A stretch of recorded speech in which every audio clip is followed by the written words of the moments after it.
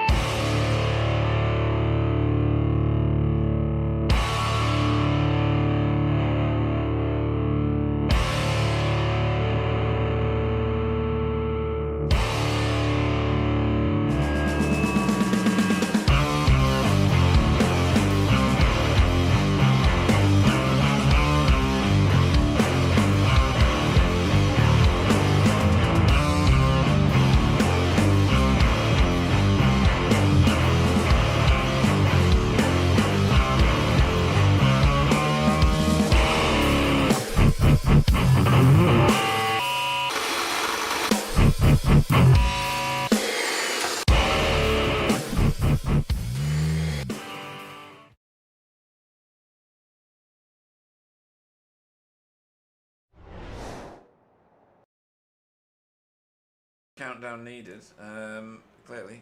Oh, I've not even pressed all the buttons, Jay. That's how bad this is. I was ahead of everything a minute ago. G'day, you big glass. We are here at... What?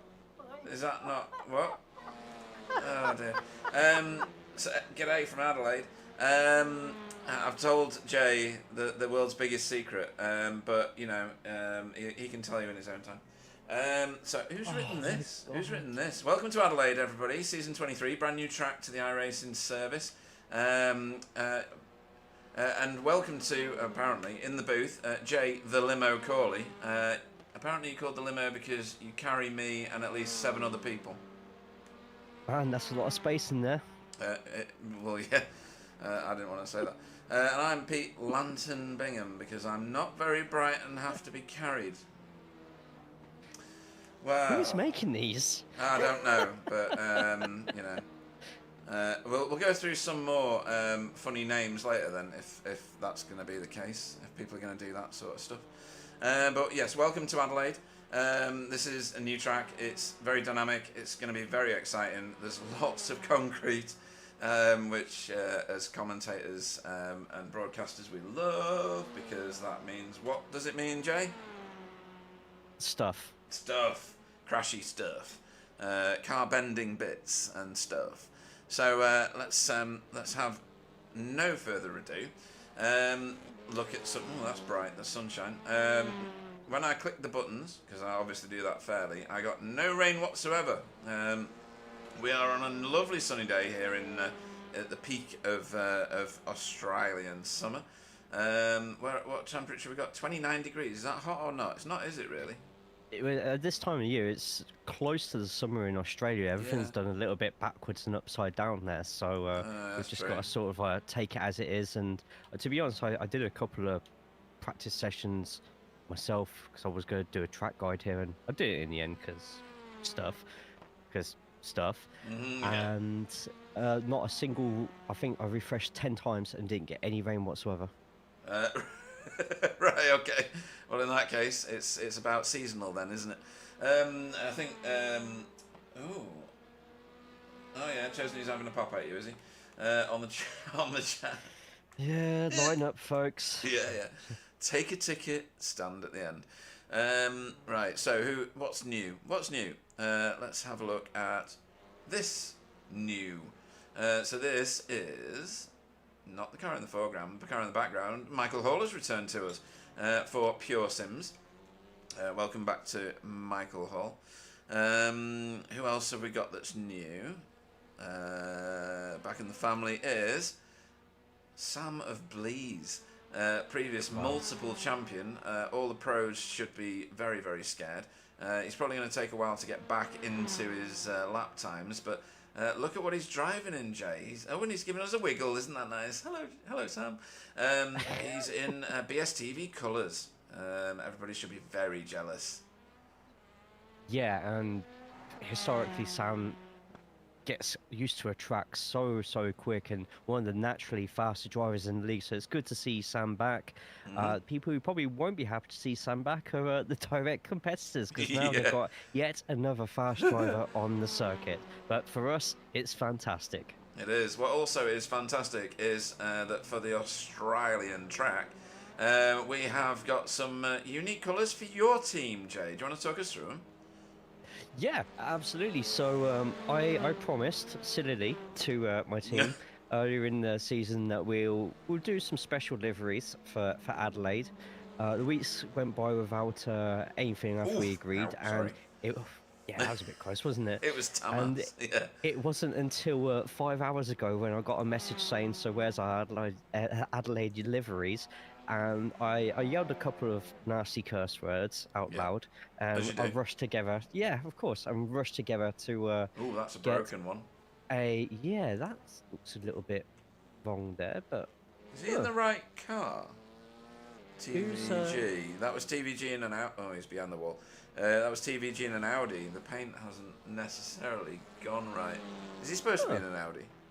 Yeah, I definitely designed it for an Audi. No, but the rest of the cars. It looks like he's in cars camo. That do look alright.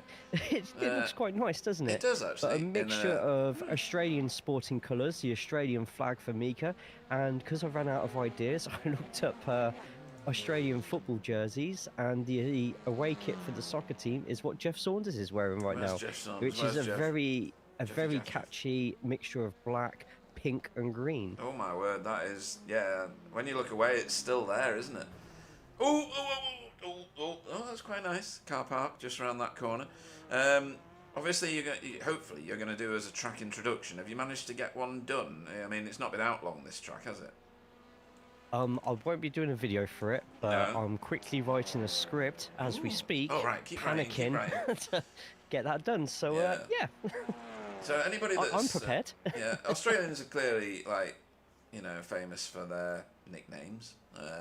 They love to rib each other. What's that? Why have I got a car on track with no banner? Oh, no, I have. It's okay. I thought it was a car with no banner.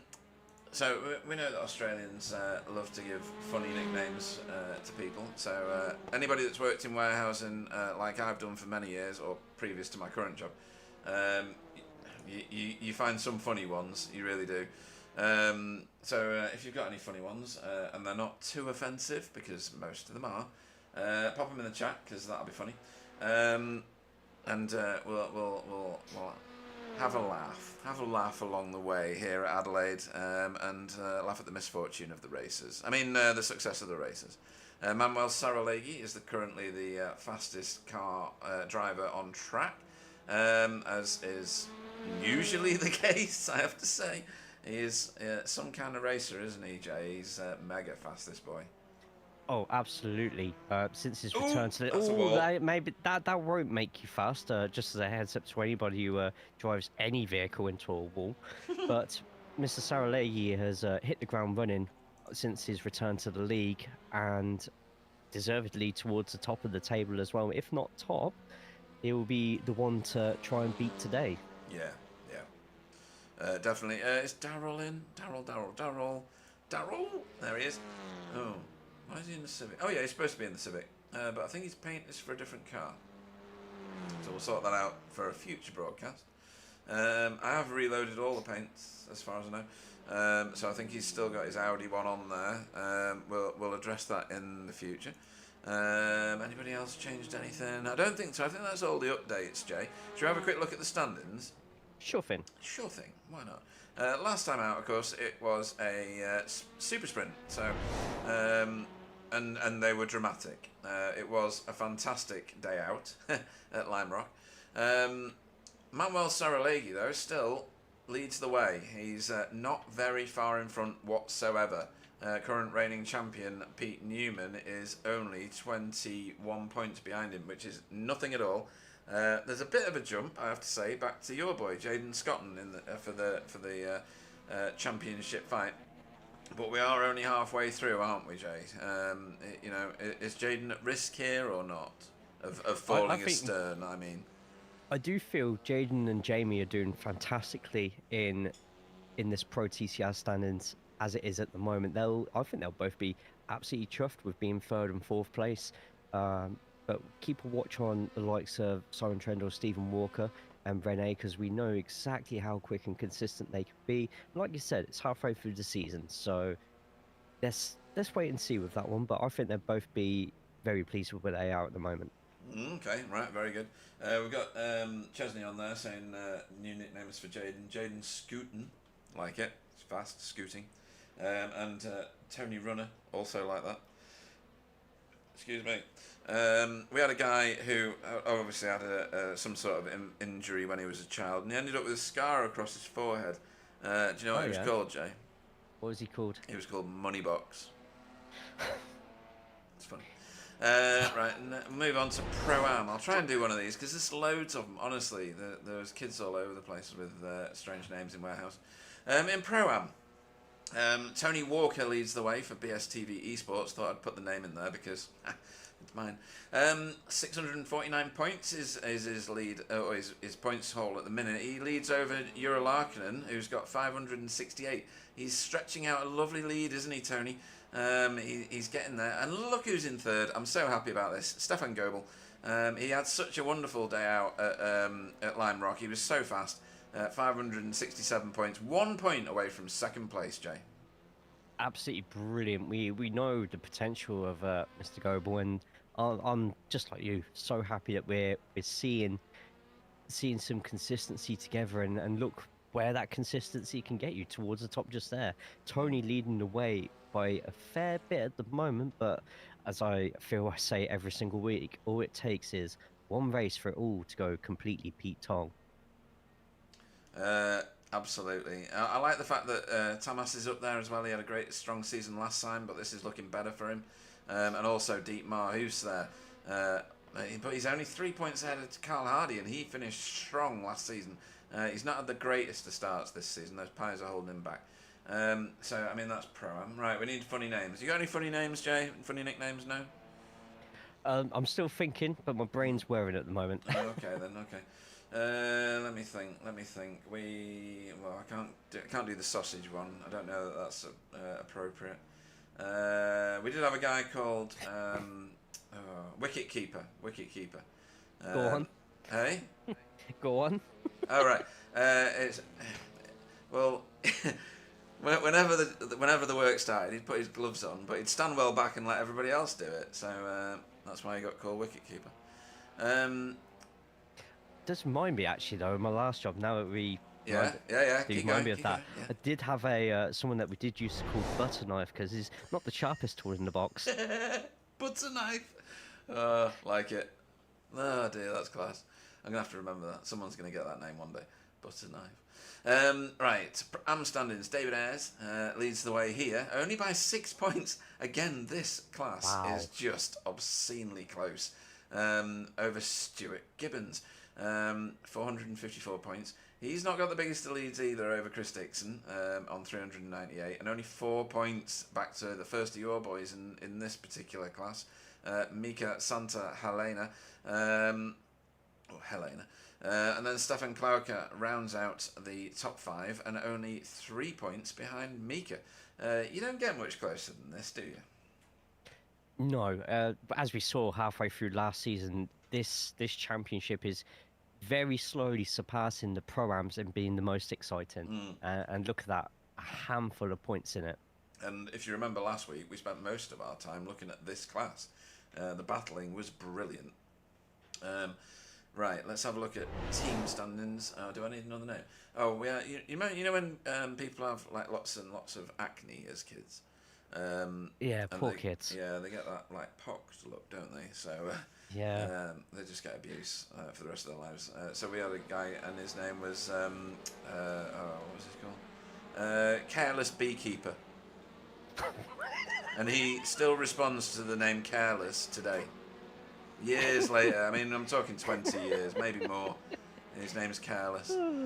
Right, I need to do this. Right, so say all these in an Australian accent, folks, and Jay will tell you how to do an Australian accent very shortly or at some point. Oh no, What? I'm good on that one. I okay. do enough every week to offend at least one nationality. Okay. I don't want to add Australia. I mean, Australia. Oh, god damn it, Australia to that list. So, Result Clothing now leading the way in this team standings championship. Team Chimera, two-man team in second, 6 points behind. That's all it is, 6 points, nothing. And then BSTV Esports rocking up in third place. Hydra Race are a little bit adrift, I have to say.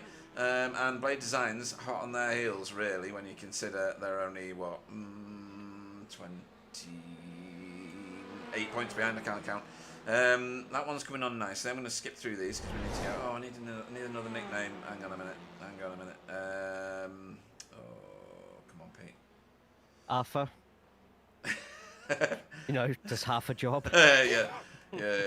Oh, there's another one like that. What was his name? Oh, hang on. Pilot. Was it Pilot? No. Yeah, Pilot. Oh, we had one guy called Pilot because whenever you had like like drinks out or anything, he never went out, so he was called Pilot Light. He never went out. And there was another.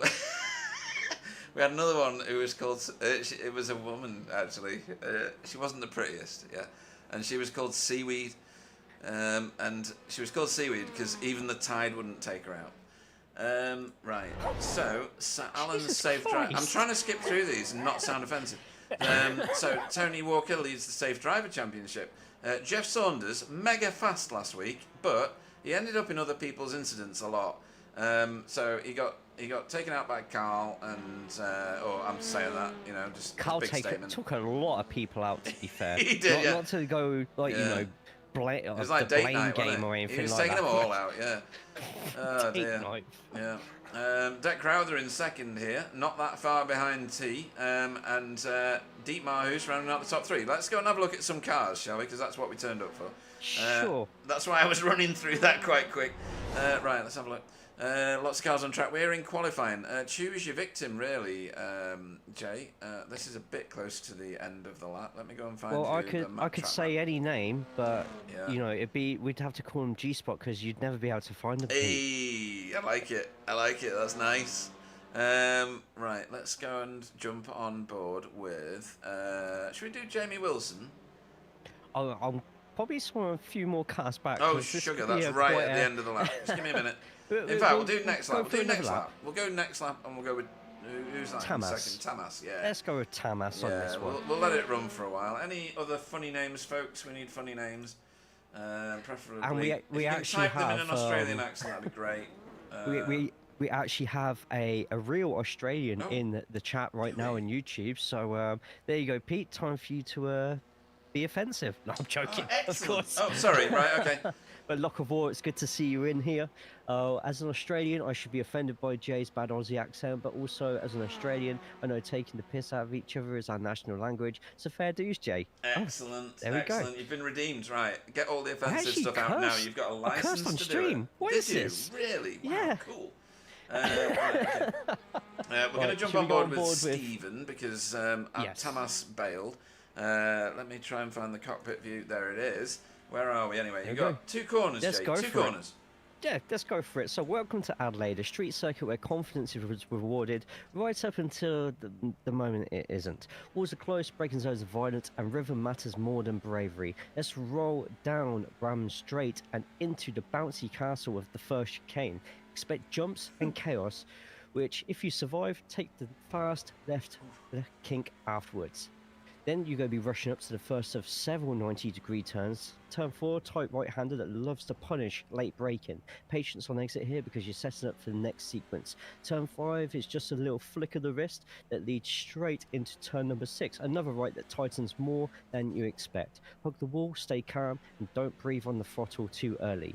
A short sprint brings you to turn 7, one of the slowest corners on the lap. Brake straight, rotate neatly, and protect the rear tyres. Fire out and prepare for battle and spend the most of our lives living in the slipstream paradise. But Anyways, turn number 8 is a fast right where commitment pays off, but overconfidence ends in concrete. Now for turn 9, another heavy braking zone. Tidy in, tidy out, because mistakes stack quickly here, and the curb on the inside has a massive resemblance to a tortoise's back.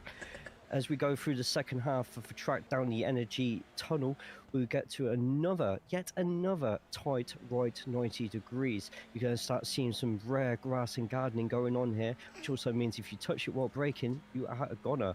Onto the final corner of the track with one of the most tightest pit entries in existence. You're going to be going around with the crowd roaring and screaming as you complete a lap of Adelaide. It's tight, technical, and relentlessly punishing. Get into a rhythm and it feels incredible, but if you miss one braking zone, and the circuit reminds you, very politely of course, that it's made of concrete and that you're an absolute Yeah. one button. Classic. Love it. Oh dear, that was a great lap as well by Sam Blease. Where did he end up? He was up there. Where's he gone? Oh, 14th. He's in the dizzying heights of 14th. Oh no, it wasn't Sam, was it? It was Stephen. It was he's in Stephen second. Walker. Yeah, second. Up in second. But look who's on top. Wow. Jaden Scotton by an entire 10th, and that's a lot around I any think that's track. the delivery there is giving him an extra At least 2 tenths. an extra, yeah, at least 10 like koala powers. Yeah, too right. Oh dear, right, okay.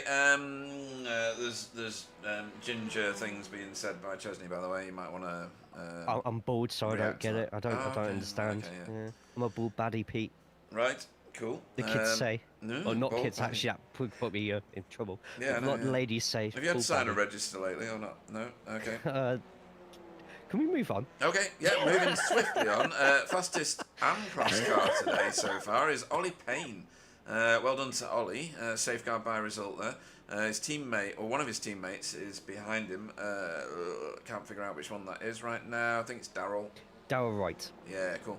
And then, who's the fastest Pro-Am? It's currently Tamas. That was a lot of curb. That pitched the back of his car up quite high. I bet there's some damage you can get from these, is there? To be honest, I haven't had enough testing time to actually test how much these curbs could potentially hurt. But they don't have chuck some of these cars in the air. I'm surprised at the first chicane right at the start of the track. I don't know if you've ever seen the supercars actually race here, Pete, or any like social media replays from them. They actually have cameramen sitting at the first chicane watching V8 supercars literally jump in the air and all 4 tires off the floor, and it's absolutely incredible. Won't quite get the same thing with the TCRs, but it is enough to completely distribute the weight into, well, Ballamori at this rate. So it's just an experience. Right, okay. And we could see a lot of people not just catching slowdowns, but the hands of the walls as well. Okay, all right, that's cool. That's interesting. Right, let's have a look at where. Oh, so Manuel's only in third, given his qualifying lap. Pete Newman's in fourth, current reigning champion. Ow! Oh, ow! Oh, that wall is. Oh, I think we're gonna have anybody who wants a spare car, just stand at that little corner, and you'll be able to make your own by the time they've left all the bits behind.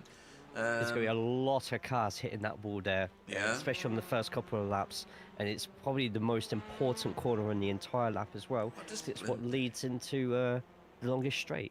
Right, Blimp's rubbish. Blimp just shows you a tiny little bit of track at the minute. I'm just trying to think of the start because we're nearly there, folks. 5.5 minutes to go of this qualifying session. We're in a heat race, so it's just going to boot us straight out into the race itself. We've got a 20-minute race for you. One fast repair is what the guys have in every race, but only the one. They get 15 incident points, and then they have to do a driver's shame. They don't need a pit stop in the first race, or they shouldn't anyway, but they will in the second. The second is a 40-minute race, again, one fast repair, a pit stop required, unless you've got a solar-powered car. Trendle is in here, solar-powered Trendle.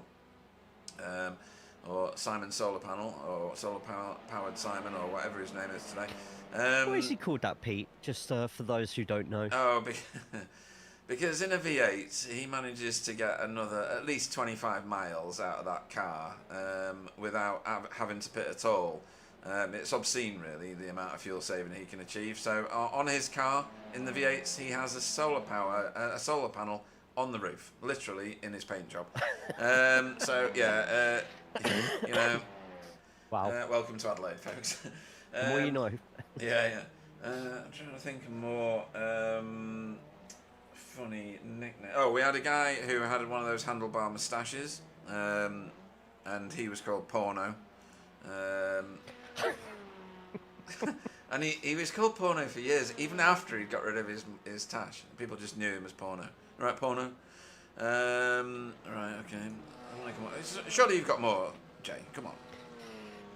Well, I've got to really choose between if some of these are safe for work, but I do have a couple which are definitely safe. So I remember we had somebody in the office, one of my first jobs, that they used to call them Kit Kat because they were always taking a break. Right, okay, that's a good one. I like that. That's great. Oh, that's a bit of wall. Who was that? Then we also Deck Crowder. we also had we didn't see him very often. Somebody called Daisy because some Daisies Daisies there. in and Yeah. Daisies not. I've heard that one before, funnily enough. Yeah, that's good. I like Daisy. It's a good one. But yeah, the rest are definitely not safe for work. No.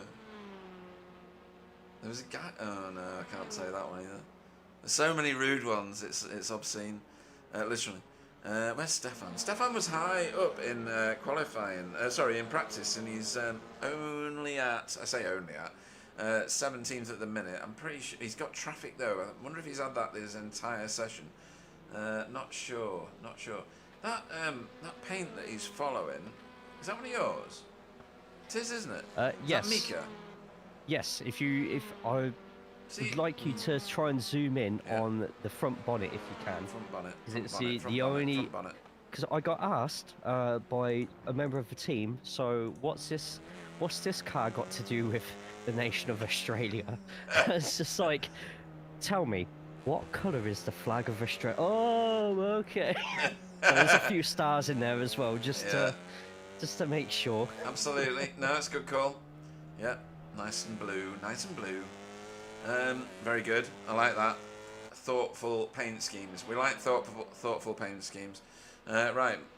Pete Newman has seen his stars on the horizon, and he has assumed his position as the current reigning champion of this series.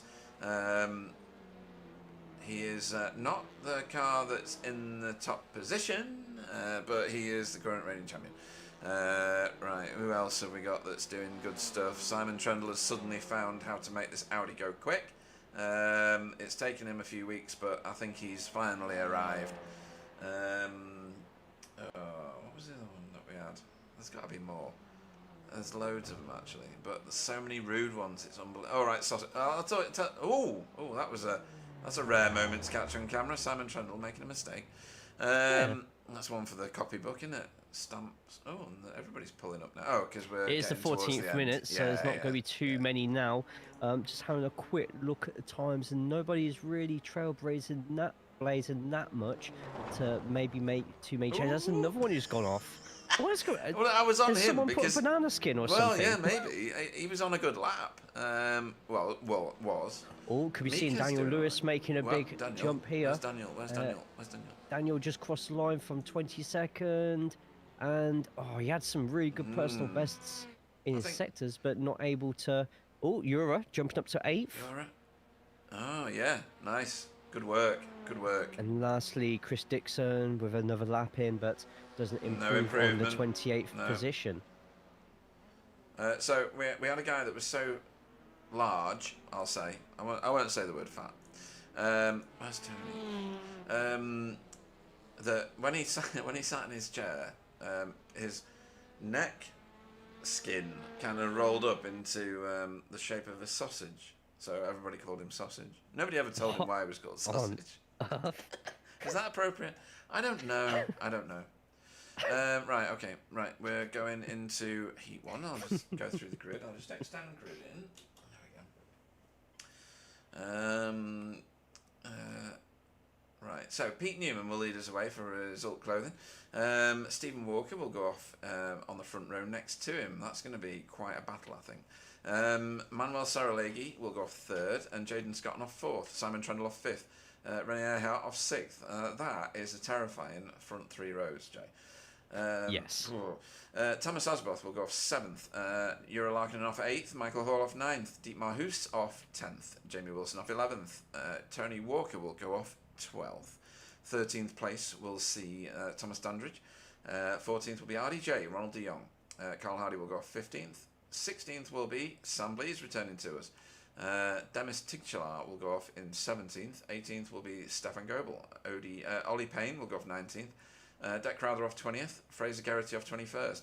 22nd will be Daniel Lewis. Nobody's flashing the lights. It's beautiful. Stefan Klauker 23rd. 24th will be Jeff Saunders. 25th. Oh, really? I think that's... Is that Dietmar? It is. It's Paul Hurley off 20... Oh, the whole field. I thought about a review all. 26th will be Stuart Gibbons. 27th will be Tees Van Gool. 28th will be Chris Dixon. 29th will be Mika Santa Helena. 30th will be Darryl Wright. 31st will be Chris Needham. Andy Littler will go off 32nd. And David Ayres, I don't think he's racing. I don't think. He's usually the ringleader of this idiocy that we see in front of us right now. He has not yet joined the grid. We are waiting for Sam Blees. We always wait for Sam Blees. He waits and... Look at the back of that grid right now. Wow, literally all the way around. That's horrendous. Wow. For them lot up there. Yeah, that is. That's pretty scary, actually. Okay. All right, lights coming on. We do not have David Ayres. When the lights go out, we will be racing. Way to go. That's I'm worried about flat. this. That's pretty even. Ooh, Simon Trundle got into a bit of bother there. He tripped over the car in front. Oh, good grief. Spin. Oh my God, that's violent. Rene's literally getting carried across, and we are going to have to pull out the caution flag for that one. The track is blocked towards the back, and Rene literally got backpacked across the nation of Australia there. I shouldn't laugh, but yes, he did. The way you said it was funny. Right, okay. 7 meatballs. What? 7 That's an entire meatballs dinner. have been reported just there. Hopefully, those meatballs are able to get back to the pits as soon as possible. If they end up teleporting back, it could spell a loss of laps. Started in front a little bit, and then it was Stefan that got turned, and then there was lots and lots of stuff going on after that. We'll have a look at this from many different views, because we're going to have to wait for this caution to see itself through. Okay, let's go back to the live run-in for a minute and just see what the current situation is. Pete Newman is leading the way. He's going to have to slow that field up because he's going to have to pick up the pace car. Okay, so we've got Deck Crowther in the pits, Rene Earhart in the pits, Carl is in the pits, Stefan unfortunately was in the pits, and David Ayres. But he's not racing, so I don't know why I said that one, just because it was in the order. But we've got other meatballs as well. Jamie Wilson has been collected in the meatball sandwich. So he's going to probably do his 3 laps. Get to a point where, yeah, I don't know what the strategy is for that. I would personally, if I had a meatball, I would get rid of it as soon as possible. I think pit lane was closed on him by the time he got to it. Oh, okay. So he's had to do another lap, but I don't think the meatball is affecting his car too much. So we'll have to see.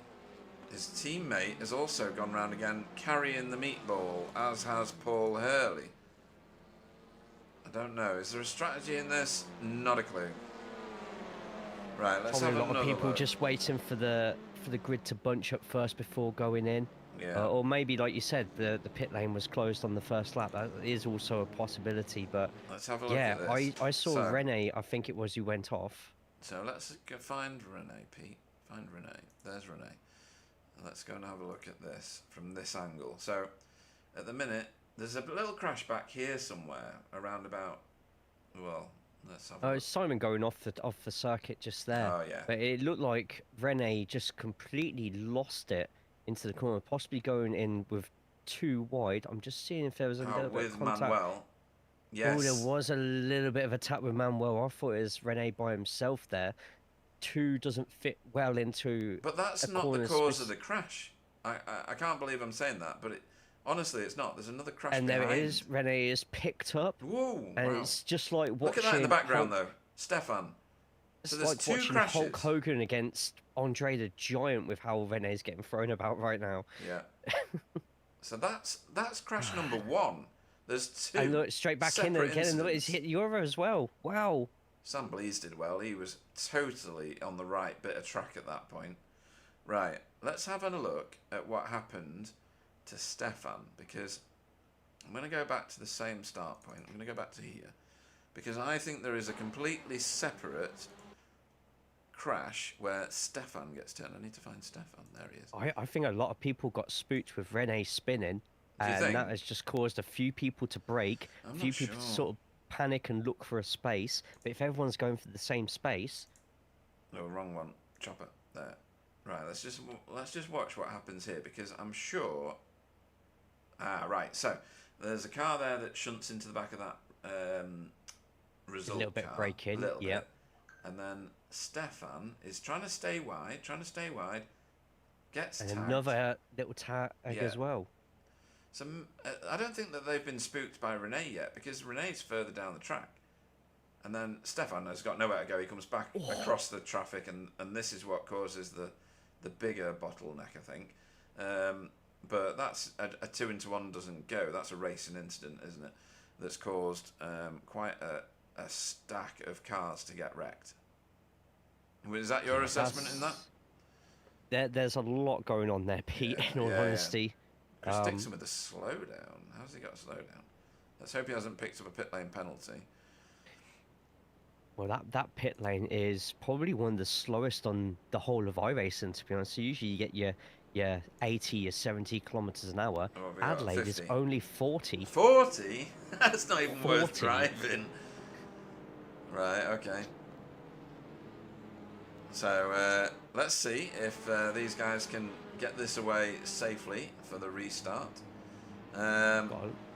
We've had 1, 2, 3, 4, 5, 6, 7, 8, 9, 10, 11 cars to the pits, and 4 of them have been in twice. Is that what you're seeing as well, Jay? Yes. Yeah, okay. So, welcome to Adelaide, folks. Did we mention that this was a road circuit? Right, what's everybody saying on the chat, Jay? Well, everyone's sort of guessing how many meatballs makes a complete meal. Oh, okay, yeah. And, Yeah. and collect. I mean, Oh, we've got a Raceway vote. wants Hang on. the. Yeah, How do I vote? I worked out how to do. I've closed the vote. Oh, have you? It was basically what grade would you give Adelaide, and this was before the race started. I bet if I did the if I did the poll again and it included some of the drivers, it Might get an F. probably wouldn't. Yeah. Oh, dear. Right, Brilliant. I've just noticed if you go to the back of the field right now, Yeah. and there is such a concertina of drivers into this final corner that I think we could have a trouble with a restart here. Oh, really? They're We- going to we go might single have- file, so Yeah, but maybe that's it's, a saving grace. I don't know. Why is Yeah, we've got- Stefan pulling? Oh, because he's supposed. Oh, right. So Stefan's pulled off and gone to the pits. He was out of race order as far as I could see on my screen, but I don't know what the cause of that is. I hope he's been having such a good season. I really hope that hasn't like worked massively against him, but I fear it may have done. So he's another one that's gone to the pits for the second time. He's not the only one. Right. We are not yet going green unless your screens are telling you we're going green next lap. Oh, lights are out on the pace car. I think. I'm just going to wrong one. Put a message to drivers just to take care Yeah, on do the that. restart with Thank traffic. you. Yeah, very good, very good. Yeah, we're weaving and we're in close proximity as well, so I can easily see a caution coming out in a caution. Oh. Did anybody really profit from the chaos, or only losers? Did anybody profit? Let's have a look. Yes. Yes, they did. Stuart Gibbons. He Up has 10 places. Wow. Andy Littler. Same with Chris Needham as well. Andy Littler up 13. 13. Yeah. Wow. Chris Needham up 10. And Jeff Saunders up 9. So yes is the answer to you, Kevin. There's a lot of winners in this. Right, let's have a look. We are going green again already, Jay. Oh, look how close Stephen Walker is to Pete Newman, and it looks like we're all going green rubbish flag. camera. I thought blimp might be good for the restart. It wasn't. And look, this is much better. Everyone going in single file. Everyone behaving as much as possible. Yeah, much better. Right, let's have a look. And Stephen Walker already piling the pressure onto Pete Newman. That's a lovely line into that corner. But there's nowhere to go, is there? The next one's 90 on the opposite way. Yep, and just to let you know, Pete, 3 cars have had a slowdown already from that first double chicane. It's horrible, absolutely horrible for some of those slowdowns at times. Yeah, Manuel Saralegui, one of them, and T is the other one. Manuel's still not burnt his off. He's going to have to let some cars pass. Yeah, he has now. There we go. And he's trying to get back at speed, but already a lot of cars have got a little bit of a jump on him. Yeah. He jumps down to a lot of places, the championship leader. Yep, Sam Blees stuck underneath the wing of another Elantra trying to serve a slowdown, or just not got the pace out of a corner. Thomas Dandridge, maybe? Yeah, Dandridge. Oh, and there's a crash in the back. What is that? No, Who it's is Stuart that? Gibbons. Is it Stuart? I'm trying to find the right car. Yes, it is. Oh, and there's somebody else in that.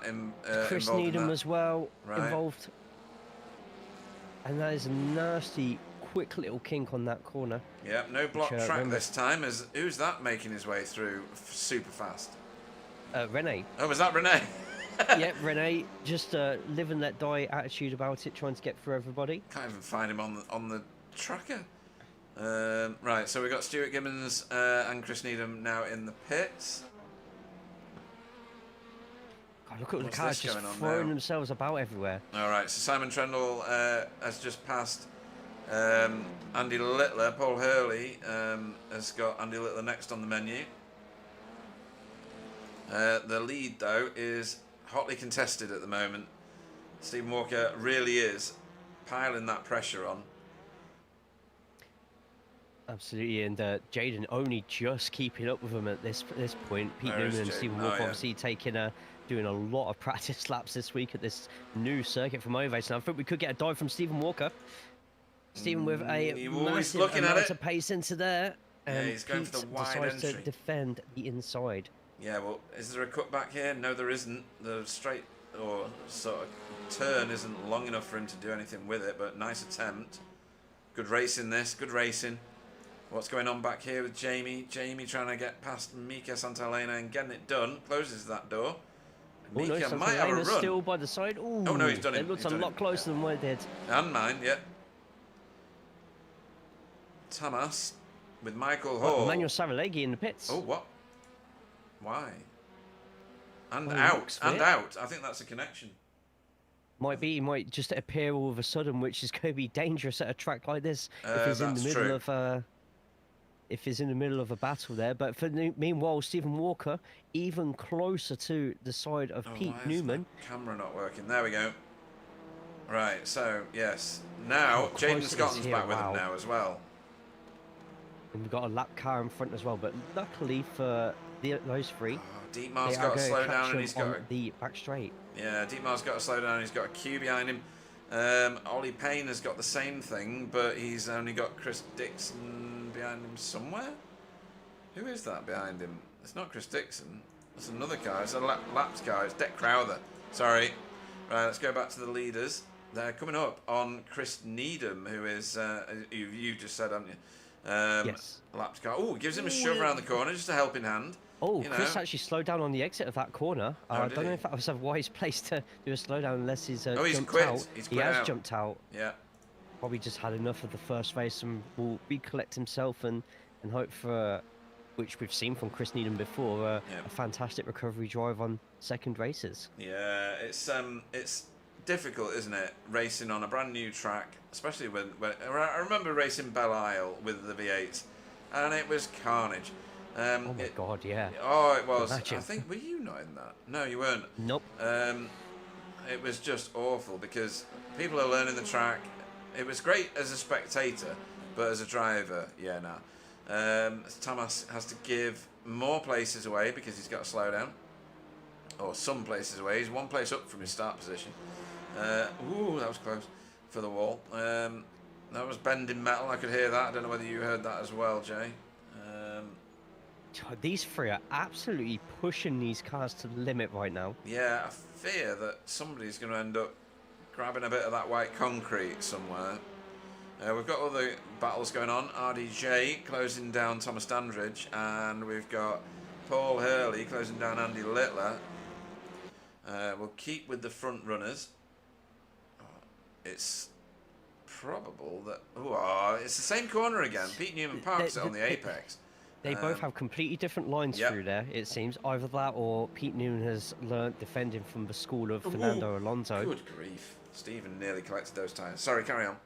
From Fernando Alonso, a master of going slow into a corner and fast out of it, which is great for touring cars, but when you're trying to pass somebody in front doing that, it's so frustrating. And Simon Trendle has a meatball. Yeah, he's off track. Well, I'll try and find that. Give me a minute. I'll put you back on this battle. Just for now. Pete Newman's got himself a gap after Stephen that Walker tactic. just... James Scotland with a slowdown. He's got to be very wise in how he serves that one, but we're going to see what happened to Simon Trendle. He's already got a bit of metal off. Flying off there, so I just wonder if too aggressive an exit...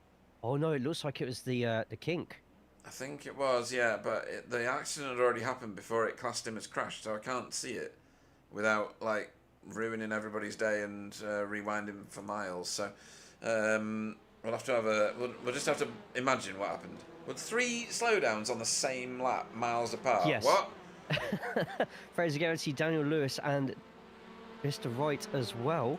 And Fraser's managed to serve his, Daniel Lewis as well. And this is just behind this battle that we're watching right now. Racing Forces cars ganging up here. Yeah. Yeah, we've got one of those Racing Forces is a lapped car. Oh, really? Yes. Ah, okay. Which I'm going to guess is Demis. Yeah. Okay, so the nice and tight here. Top group are pretty much 5 cars deep now, I think. 5 cars?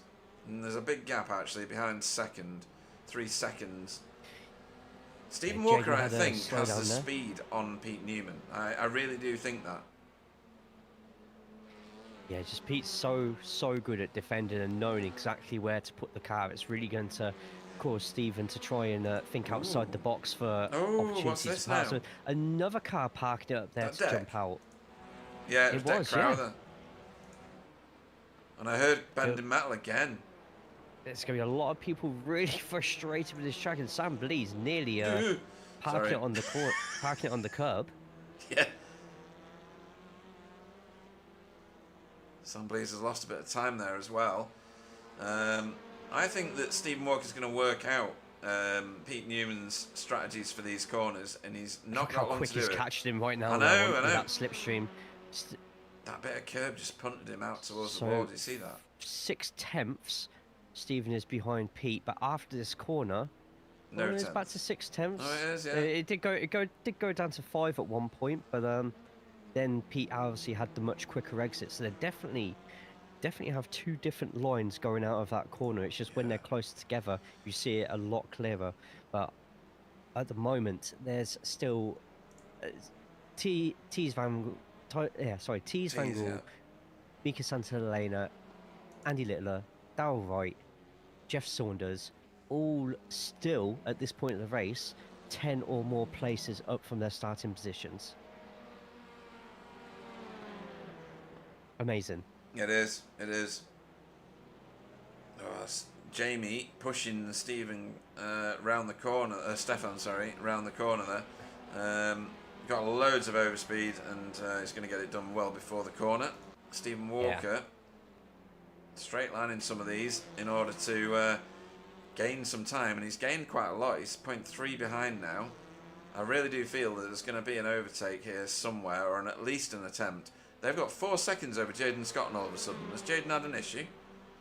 Don't know actually. He has, Might have it's had not on another. Oh, Paul Hurley now with a meatball. Oh, what? Paul Hurley gone into the pits with a meatball, so I don't know if that's through a crash, which will come up on the system. This is going to do nothing for people's cholesterol levels with all these meatballs. Probably going to have one. Next lap will be the final lap of the race, and it is 3/10 difference between what you see on the screen right now, Pete Newman and Stephen Walker. Those who have just joined, you have missed our first safety car incident of the season. And wow, look how close he gets just there. Sam Blees, by the way, going up into 9th place, overtaking Dandridge. Up 7 places for Sam. Up 11 for Jeff. Look at Jeff Saunders. Good grief. 13th place, fantastic. And that will put Jeff in the reverse grid as well. Oh, yeah. And Jeff has been very quick in places this season. Yeah. So, I don't know what he's been eating or what you're doing to him in that stable, but he's doing all right. Stable. Right. Oh, Jesus, Sam. The grip on that car when it finally gets brought down to earth by gravity after being launched out. Yeah. Right. When you figure this track out, it's just an absolute thrill, and this is going to be the last chance for Stephen Walker, and he is 4/10 and gaining.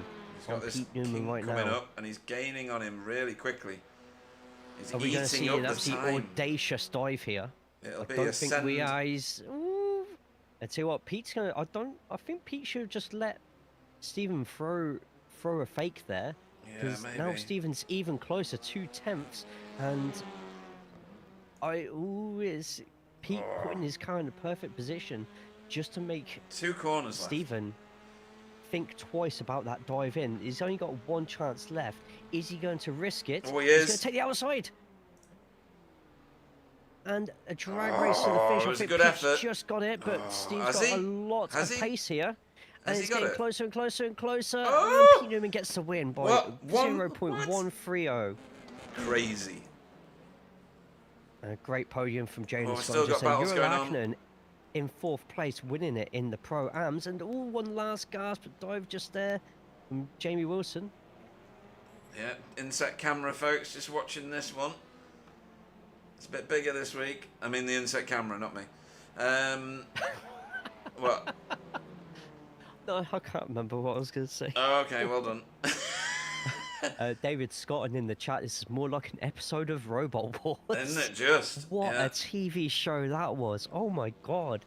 The likes of Hypnodisc, Razor, Mortis. Yeah. Okay, I'm starting to call myself out. Sorry. Oh my God, yes. Circular Lot. Yeah. Dead Metal. Ooh, what's going on here? Why is Ollie Payne driving a bit crazy? Has he already finished? No, he hasn't. No, I think Ollie Payne was a little bit further away from Andrew Littler that he felt he could. Oh, is he slightly crabbing there? I can't tell, actually. What's going on? Unless Payne is just like, might be out of fuel, which is surprising because we had. He can't turn the car. Oh, he can turn the car into the wall. I don't know what's going on there. Anyway, let's move on. Let's follow Jamie Wilson around because that's fun. Everybody's over the line or crashed and out. So we're kind of. What a race! Well, it did everything a new track normally does, which is cause a little bit of chaos and a lot of entertainment. So I'm kind of happy with what all right. David Ayres says disappointed I can't raise this one. FPS bouncing between 0 and 44. Oh wow. Undrivable. Yeah. Not sure if it's the track or it's my PC playing up. But if it doesn't happen on other tracks, I'm going to assume it's the PC. And mine's a bit jumpy. I mean, the new tracks by iRacing, they are a bit more PC and graphically heavy. Yeah, they are. Absolutely. There's a lot going on. So, yeah, it could be. But in mine, I've got 4070 Ti in this thing. And mine's doing all right. A little bit sketchy with some bits, but otherwise it's okay. Right, and Kevin says, wouldn't be the first time a new release track has performance issues. Absolutely that, as you've just said. Right, Pete Newman was your race winner for the first race we've seen here at Adelaide in BSTV. For Result Clothing, Stephen Walker got second spot on the podium, really fought hard to get first and wasn't able to for BSTV Esports. Jaden Scotton got the third step on the podium and class podium as well for JC Academy Gold. Jura Larkinen got the Pro-Am top spot, finishing fourth for Hydro Race Racing Forces. That is a great result for Jura Larkinen, Jay. That's amazing. Absolutely amazing. Michael Hall finished fifth in his first race back with us. He'll probably say along the lines of, I was lucky, and take the Stephen Walker approach, but that you don't get lucky, you get skillful. So for Pure Sims in fifth. Sixth was Thomas Asboth in second in class for Spin and Toe Motorsport. Great performance from him. Dimar Hoos up a million positions, as we saw, in seventh there for Cutting Corny TCR team. Tony Walker in eighth, and third in class for Dimar. Eighth was Tony Walker T for BSTV Esports. Another good points haul for BSTV. Sam Blees, in his first race back after ages, gets a ninth finish for BSTV Blue. Thomas Dandridge, 10th for Verve Racing. 11th was RDJ for Hydro Race Racing Forces. Fraser Garrity finished first in class, 12th on track for Insignia Motorsports. Jeff Saunders up a million positions in 13th there for JC Academy Silver, showing his pace. Jamie Wilson, 14th for Team Chimera after getting involved in some of the stuff. Daniel, although that is a good finishing order, he had to pit Jamie Wilson. Wow. So that's some climb, that. I think that's the best of the crashed drivers. I don't know. Daniel Lewis, 15th for Blade Designs. Stefan Klauker, second in class, 16th on track. And then Tees Van Gool, 17th on track, and third in class, a class podium there for your driver JC Academy Silver. Mika Santalena, his teammate, right behind him in 18th. 19th was Darryl Wright for Safeguard, first time out in the Honda. Chris Dixon, 20th for Work Guard, his teammate Andy Littler, right behind him. 22nd was Ollie Payne for Safeguard. And then we've got a load of cars that visited the pits many times, or once or many times. Demis Tichala for Hydro Race Racing Forces, classified 23rd. 24th was Renee for Cutting Corny. Carl was 25th for Result. Paul Hurley was 26th for Insignia. Stefan was 27th for VTS. Hopefully he can recover it. Maybe this will be his drop week. And then Simon Trundle in 28th. That's not the end of the story. 29th was Deck Crowder for Blade Designs. Manuel Saralegi, really out of position in 30th. Did we see what happened to Manuel? No, I think it was just a disconnect. Has to be. Chris Needham, 31st. Or maybe he's got the same problem as David. Chris Needham, there, 31st. Stuart Gibbons, 32nd. And David Ayres did not run, and we know why. He's told us in the chat. Right, busy old times in that race, Jay. Anybody stand out for you in that one? Those who survived? Those who survived.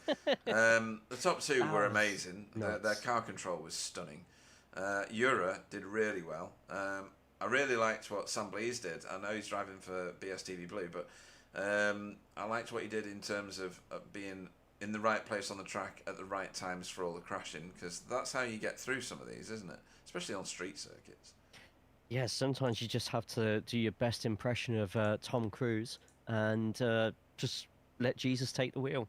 Absolutely, let Jesus take the wheel. Right, let me just correct the name on Sam Blees' team there, because he's got us. Hang on, I need to move him from one to the other. Where's for Sam as we trip over into the next session? Sam Blees. So he's in no team. Need to put him in this team. Okay. Let's let that reload, and then we'll go to grid for the next race. There we go. That's great. Right, let's pick a driver.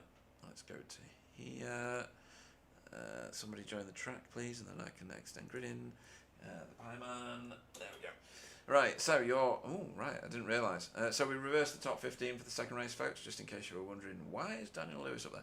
Daniel Lewis is your pole man for Blade Designs in this second race tonight. 40 minutes, a pit stop is pretty much guaranteed.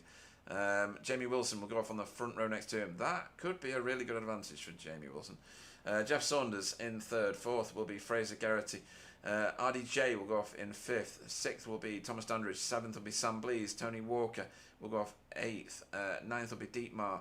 10th will be Tamas Asboth. Michael Hall will go off 11th. Euro will go off in 12th place. Where's my button? 13th will be Jaden Scott and 14th will be Stephen Walker. Our race winner from the first one will be Pete Newman in 15th. 16th will be Stefan Klauke. Tees Van Gool will go off 17th. Mika Santa Helena will go off 18th. 19th will be Darryl Wright. Chris Dixon will go off 20th. Andy Littler off 21st. Ollie Payne off 22nd. Demis Tigchalar off 23rd. Renee will go off 24th. He'll feel well out of position. 25th will be Carl Hardy. Paul Hurley will go off 26th. Stefan Goebel will go off 27th. 28th will be Simon Trendle. 29th. Why have I not got a car on track? There we go. 29th will be Dak Crowther. Manuel Saralegi off 30th. 31st will be Chris Needham. Stuart Gibbons will go off 32nd. And David Ayres will not run. And we go to this. And we go to this. And we're going to go and do this straight away. Because why is it not working? There we go. Right. We can see what that individual's doing straight away. Keep your eyes on that because that's going to be interesting. Yeah, just to let people in the YouTube chat know, I have put a couple of links of some of the drivers' POVs. So please go out your way and support each driver as they record and show the world, especially if we get another turn 1 and 2 like last race, the horrors of the circuit as well as the best bits as well. Absolutely. So far, no Stuart Gibbons, no David Ayres. Everybody else is gridded. Lights. Bit of flashing on the lights at the back. Stop that, and we're away. Look at them at the back coming around that last corner. That's crazy. Right, here we go, folks. We are away. And Jamie Wilson's like he's been fired out of a cannon. Yeah, I'm just seeing if any... Oh, I think we've just seen somebody jump across the curb. Yeah, that was Tony Walker, who's got the first slowdown of the race. Don't get any bonus points for that one, though. Sam Blees up 2 positions. This could be bad. And that's a bit of BSTV car. I'm trying to find where Jeff is. No, it's not. It's Jeff. Is it Jeff? It's the front of Jeff's... It was purpley pink.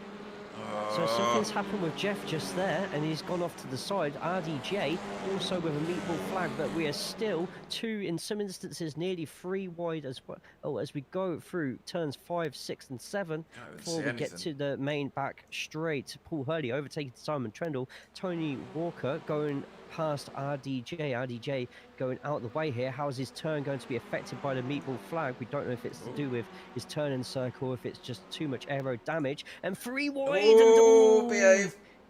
Michael Hall nearly turned into that corner by Dandridge, but they all managed to sort themselves out. Deary me. Still, and I'm worried for RDJ. He's going to have to take that right-hand side of track. If someone tries overtaking him on that side, that was almost like some scene I saw from Star Wars Pod Racer. But RDJ needs to get to the right-hand side, and hopefully nobody undercuts him there. But it looks like RDJ's got to that pit lane safely. And that was Renee around the outside of Ollie Payne. I think Ollie Payne made that easy. RDJ into the pit. Constantina into the last corner. A lot of people shoving their noses up the others. No, I need to reword that. I'll think of a suitable change for what I was about to say there. So everyone getting really close to each other as we go into lap 2 without too many incidents. Yeah, Jamie Wilson has gone. You can see what he's doing in the bottom right corner of your screen, folks. He's being chased down at the minute by Fraser Garrity.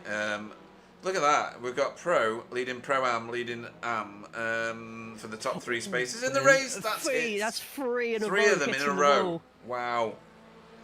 Unreal. Renee is tight it is here. scything his way through this field. Absolutely scything it through. Had to correct a bit too much there because Darryl was threatening to hit the wall. Renee did really well to keep out of that. Yeah, you never know how that wall's going to spit you out. I'm sure No. someone just hit the indent of the wall there before going to that corner, but it's nearly three wide in front. Yeah. A wild lunge to the inside from Demis, and he gets there. Tees Van Brings, Gaal as yeah, well, brings Tees getting with the him. pass Oh no! on Chris Dixon. What's this? Manuel Saralegi.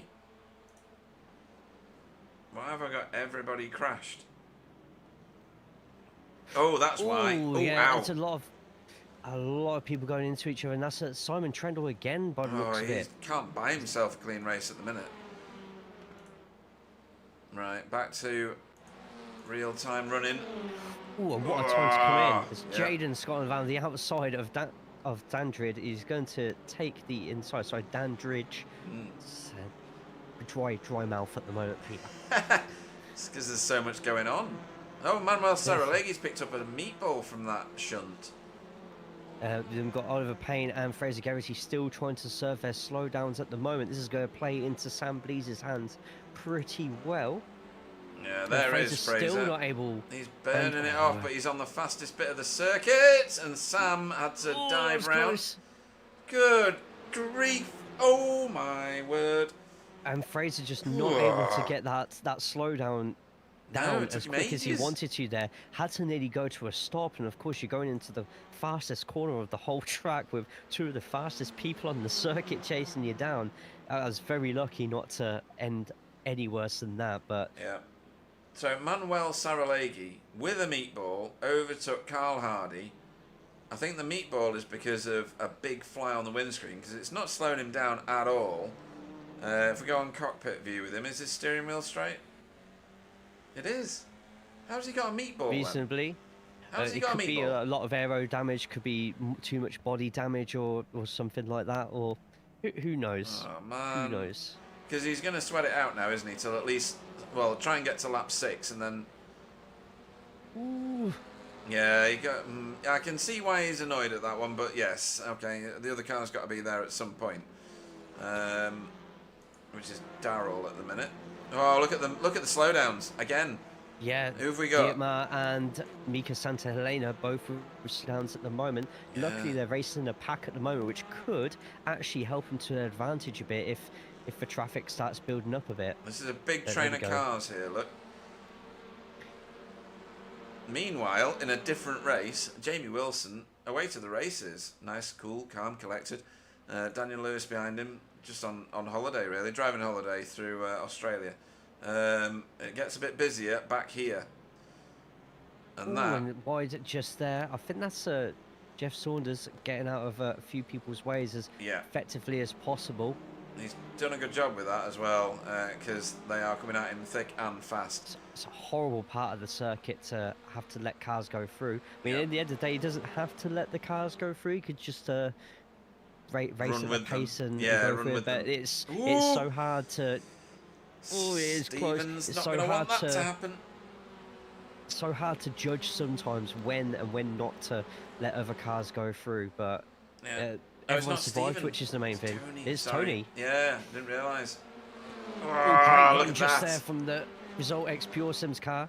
It's just Pure Sims. It's Oh, Michael just Pure Hall. Sims. Sorry, my fault. My No, that's bad. okay. There's two of them in here. One drives for Result, one drives for Pure Sims. Both on the same paint scheme. Oh, here we go. I tell you what, Tony Oh, what's Walker, happened to Tamas? Why is Tamas think- going so slow? I think Thomas may have just overrun that corner a little bit. I think he did. Do we We want to need watch to it or get- not, or do we need to Or get we back? need to go back to Oh Tony at the my moment because gosh. this is going to. I tell you what, this is going to end in absolute cinema. Manuel Saralegi still carrying his meatball for now. He's going to have to pit in 3 laps, isn't he? Because that's the rules. Yep. Dem's the They're all rules. going to dive in, and it looks like Jaden's going for a move on Fraser. He's going to get it done. Oh, everybody's Ooh, making a right move on behind everybody. As well. I've It's made like a move on myself and I've date- not even realised it. Sorry, go on. It's like date night at the local. There's a bowl and a massive amount of keys in it. Oh, Jesus, not that sort of date night. Oh, sorry. Is that just, Just for don't me, eat is the it? bowl of peanuts. Oh, a little bit of sick came up. Oh, that's not good. Oh, not as bad as what would have been at that party, but that's a story for another time. If anyone has any questions, ask your parents. Yeah. Daniel Lewis has been overtaken by Samblees, but he's not letting him get away too fast, which is good. Michael Hall's fantastic. Is that so Michael far. Hall with the? No, it's Jaden with the slowdown. Jaden with a slowdown.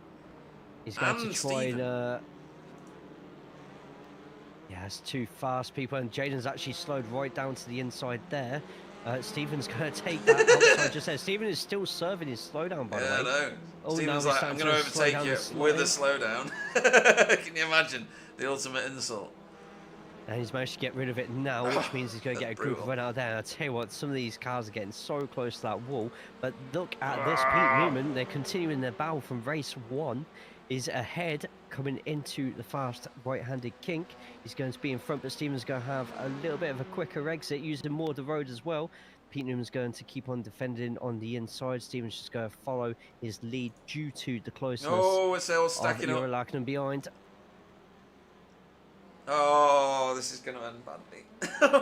That's how that's perfect for Jaden, though. Jaden's making a getaway. Whilst everybody a little lift from Pete Newman there has just saved Fraser Geraghty there. Yeah, but Pete it's Newman stiffed Pete Newman. He's got Stephen crawling all over him now like a bad rash. But if he had turned Fraser there, he would have lost the place to Stephen because of how much he would have been slowing down to try and avoid the situation even more. But he just lifted just in time there. But you're now going to see Pete all over the back of Fraser as Manuel Savalegi goes in. Wow, look at the amount of slowdowns. Wow, that's the whole field. That's the whole field. And all the of these one who cars doesn't have a slowdown is Pete Newman, who is just going to go through. Thank you very much. Dandridge still yet to serve theirs. Room for a Littlin down the middle. Oh no. It's like the middle of Lidl in here. It's just... I tell you what, look at this control. This is brilliant. This is mid-race, everybody. This is mid-race. This is not the start, the finish, or a yellow lap. This is ridiculous. Ladies and gentlemen. Can we come back here every week? Can we? Welcome to Backfire Simsport TV. Oh, Jaden got sideswiped. And that's 3 for championship leaders. It was 3 of the championship leaders. And Fraser Geraghty as well. Right. No blocked track. Not that I can see anyway. Oh, Fraser's... Yeah, Fraser's lost a wheel. Fraser's lost a wheel. Oh, yeah, he's lost more than a wheel. He's lost his marbles. Oh, there's nearly another one. Getting a little bit closer to Rene, but Rene and Mika managed to keep it apart. But look, we've got Pete Newman in front, crabbing it along. Right, we are calling any visit to Adelaide, the Meatball Cup from this point on. Look how many more we've got. We had about 9 in the first race. There's another 4 in this race. Pete, today's been insane. I know, it's like a night out at IKEA. It's crazy. Wait, what? What's... Meatballs. What? Oh, okay, fine.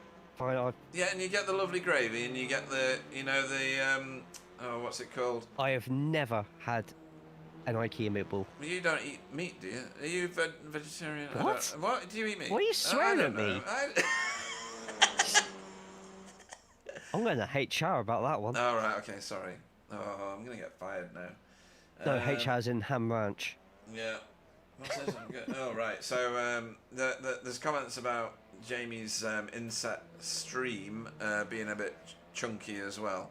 It might be that the demands of this track, like you say, Jay, are just so great. Yes, possibly. Should we change it to a battle box? Yeah, let's do that. That one. And Curtin Corney as well. TV. Curtin Corney, good to see you, my friend. I hope you are good. I hope you are well. Yes, 7th and 9th at the moment for Dietmar and Rene on this main event, this feature race after an absolutely action-packed night so far, involving safety car restarts and more meatballs than you can chuck inside flat-pack furniture. That was funny, but what the hell was that? A free slowdown to Sam Blees, Michael Poole and Tony Walker as well. No way. With a meatball flag for Daniel Lewis. What's going on? And the side... There's not even a crash for Daniel Lewis. The side of that Seriously, car there's not looks a crash. absolutely ruined. I wonder if Daniel Lewis was involved in in the instant with Jaden and Pete and Stephen. All right, let me scroll up then. Oh, I'm gonna have to scroll up like 6 miles. Do you know Stephen how many Walker things with a have black happened flag since... as well. What? Stephen Yep. Walker with a black... Oh, what's going on now? Potentially speeding in the pit lane. Oh, of course. It's the only thing it can be, isn't it? Or dangerous pit lane exit. He's crossed the white line. I mean, it's a new track. People are still going to get used to this sort of thing, aren't they? Where's his pit lane exit? Let's have a look. If I can find it. There's too much going on. Stephen Walker left the pits. Does he cross the line? Oh, come on. This is the... He left the pits one. This isn't... He sat still for ages and bored everybody. Right, here we go. Right. I know, the pit is that slow at Adelaide. Oh my god, yeah. I shouldn't have done this, should I? I'll wake everybody up in a minute. Right, does he cross the white line? Because if not, it's speeding in the pits. No, everything looked There is no absolutely white normal line. there. What? Alright. Not sure then. I don't know. I tell you, we're starting to get a few people jumping back into the pit lane now. Yeah, these are scheduled stops. Yeah. Oh, and that's Oh, close. that's tight. In fact, Daniels would have been with the meatball flag, so maybe could have waited out a couple of laps so that he could do not just a repair, but his fuel stop at the same time. We are 14 minutes in of this 40-minute race. We still have 26 minutes That's left. ridiculous. We're not even halfway through yet, and there has been this much action. Jamie Wilson leads 6.5 seconds from Sam Blees in second. Then we have the trio of Pro-Am drivers, Tony Walker, Thomas Dandridge, and Dietmar Hughes up to fifth. Then René Earhart in sixth, with Mika Santa Helena, Stefan Kalk, and Thies van Gool in ninth. And then rounding up that top 10 is Demis Tichler. And then afterwards it's as if we've done opposite day in BSTV, because everybody is just not in the positions they're used to being in. No, I know. Apart from Jamie Wilson, who is desperately trying to keep away from everybody, because if you get near another car on this track, apparently it's almost guaranteed disaster. We don't see many crashes normally. We've got them all in one race. Just seeing that Jeff Saunders has got another meatball flag, unless that's one that was carried over from before. I'm not quite sure, but that's a massive shame. He did so well in race one. He's only just gone in, really. So yeah, that's a new one. I think this might be certain people's drop week, or one of the drop weeks. You get 2 folks in this series. You get 2 drop weeks. Right, so a lot of people going in early for the pits, possibly to keep out of each other's ways. Or it's just to repair damage. I mean, you know, they may not have got meatballs, but they might have got enough to affect the car, I guess. Right, so Jamie Wilson is your race leader. Sam Blees is in second. He's got T 4 seconds behind him. That is not T, and that's Fraser. There's T. Thomas Dandridge is a little ways back as well. So whilst the cars look like they're close together at the minute at the front, they're not. There's some back markers and repaired cars in between. Dietmar is close to Thomas Dandridge. René is on the biggest recovery drive of his life. I mean, he's up 18 places. 18 places. Stefan is up 19. Oh yeah. As he passes Thies van Gool just there for a position, that is, on the running lap. Who else is up ridiculous numbers? Paul Hurley up 14. He's the last of the cars that have not Great recovery yet drive from Paul as well. Massive recovery drive. Really good. Same as Detroit or Long Beach, says Scott and Corney. Sorry, Freeland, yep. Yeah, it really is. Really good for a viewer. You might want to go over to RDJ at the moment, down in at 15th place. 15. Or no, it'd be a bit higher now. Yeah. RDJ getting closer and closer to Daniel Lewis. This is the closest battle on the track, which once everyone's done their pit stop, we're going to see a lot more closer ones. Usually the case with many street circuits, if you start fighting with somebody too much, you're going to lose so much time to those in front, and those chasing you will catch up to you pretty sharpish. Yeah, they will. Tamas, where's Tamas? A little bit behind this little group. He has got himself a lovely slowdown. Was feeling left out because everybody else had one. Thought he'd get one himself. This is getting to be Bit of a crowded house. So you got 4 cars here, 5 cars. Michael Hall, Paul Hurley, Daniel Lewis, RDJ, and somewhere is Manuel Saralegui. There he is with Pete Newman. This is gonna come to the boil, I think, Jay. Yeah, Manuel up 15 places at the moment, so good recovery drive from him so far, despite the early setback in the race with that early meatball. Yeah. Jamie Wilson now has a 6-second lead. It's lovely. 6 seconds, wow. Over Sam Blees as well, of all people. No, yeah. I've got a 6-second lead on Sam Blees. Said nobody ever until today.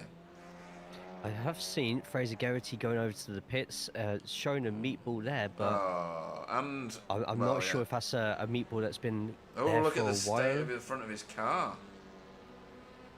Jeff's in front of him, just not looking too healthy. I do wonder if Jeff has already taken Jeffy Jeff. Oh, he's ruined your paint job. To be honest, it's fine. It's the cost of repairing the car more, which I'm a bit worried about at the moment. We might run the special liveries for another couple of weeks. So Yeah. I've left it up to the drivers to decide if they like the new liveries that much. They pull them out again, or the liveries, that is. I reckon if David Ayres started this race now, he could win this. I mean, never say never. Well, yeah. Oh, Sam on a slowdown. Thanks, Alan. Ah, perfect. In fact, speaking of slowdowns, now, Chris Needham, and it was Stephen Walker or Ollie Payne there. Didn't see which one it was. Both had slowdowns. I feel like you can't go more than 10 seconds on this track, so we'll count 10, 9, and see if anyone gets a slowdown in the next 10 seconds. Or 6, a meatball. Yeah. 5, 4, 3, 2, 1.5. 1 3/4. 1. Went the wrong way. Oh, God. Anyway, you know what I mean. There's a lot of slowdowns going on. This is going to come to fruition at some point in this battle. But I think the one ahead as well, Daniel Lewis and RDJ. Double bubble for fighting on track. Ooh, that's sliding through. Has he got a slowdown off that? That was a lot of curb. He did, yeah. It did look like he'd taken masses of curb there, Daniel Lewis. That means that these two are going to catch him just that little bit quicker now. And they're both already within slipstreaming distance. Oh, so, right, okay. Although Daniel Lewis has managed to serve that slowdown now, he finds himself now at the clutches of these two. And I tell you what, Pete's catching on Manuel quite quickly. I do wonder if Manuel, because he had to pit a bit earlier, might have to do a little bit of fuel saving. Let's have a look. Manuel Saralegui pitted on lap 6. That's usually the safe lap. It's like the safe word, you know, where you scream 6. Mississippi. Yeah. RDJ is the one that's way out of sequence. Mississippi. The one that's way out. Bananas. The one that's way out of sequence because he pitted on lap 1. So this car's got to go in again. Yeah, I don't think there's going to be much you can do about that. As Rene and Dietmar at swap positions. Where's that? Try and find it. For 5th place. Fifth? Dietmar now has a slowdown as well, so that was after the positions swapped over. Yeah, that was a wholly cutting corny situation, that. These two cars doing really well. They have not pitted yet. They've not got caught up in the incidents, which for Rene is remarkable. He's so fast, and yet he gets caught up in so many 19 other positions. 19? Him and Stefan Goebel as well. Right, wow. Both up 19 positions. Michael Hall and Mika Santalena now with slowdowns. God, I wonder with all these slowdowns, if I can't confirm to you, Pete, if where they're getting slowdowns also gives you an off track. Oh, right, okay. So as well as people having potentially horrible races on the points side of things, if they're getting a lot of off tracks and incident points at the same time, which those who don't know with the league, you do lose points with every incident point that you get. Could be some interesting points totals at the end of this round. Yeah, and without those who a doubt. prosper and keep it clean, and that's not how you keep it clean there. Daniel Lewis straight into the wall, but looks like the car has just survived. I think there will be a little bit of wheel damage there. But luckily, let's jump on board. Oh no, it's a meatball. Oh, you're kidding. And I'm pretty sure Daniel has already been in the pits. Oh, no, it's not. Not now. Not now. No. Oh, rearranged. No. And Adelaide claims another. I think this is the image of Adelaide right here. Right, okay. Oh, he's gone. He's literally gone. Okay, done. I think he may have already used his fast repair there. And Andrew Littler now with a meatball flag. What? What's he done? Hang on. I've not. Oh, yeah, I've got a crash. So what's this? This He's is got nowhere near the Jaden other behind. one. Yeah. And Jaden's kept it. Oh no. Oh, ow. I missed that. What happened? It looked like Yeah. too much speed into the corner, bounced off the wall, but Jaden was too close and it caused a spin. Okay. Let's have another little look. Yeah, it just hits that. Oh, yeah. No. Inside No, it doesn't curve. even hit the wall there. And Jaden's carrying a lot more speed into the corner. And yeah, that's a shame. And Littler obviously not very happy about that one. Is he not? Right, okay.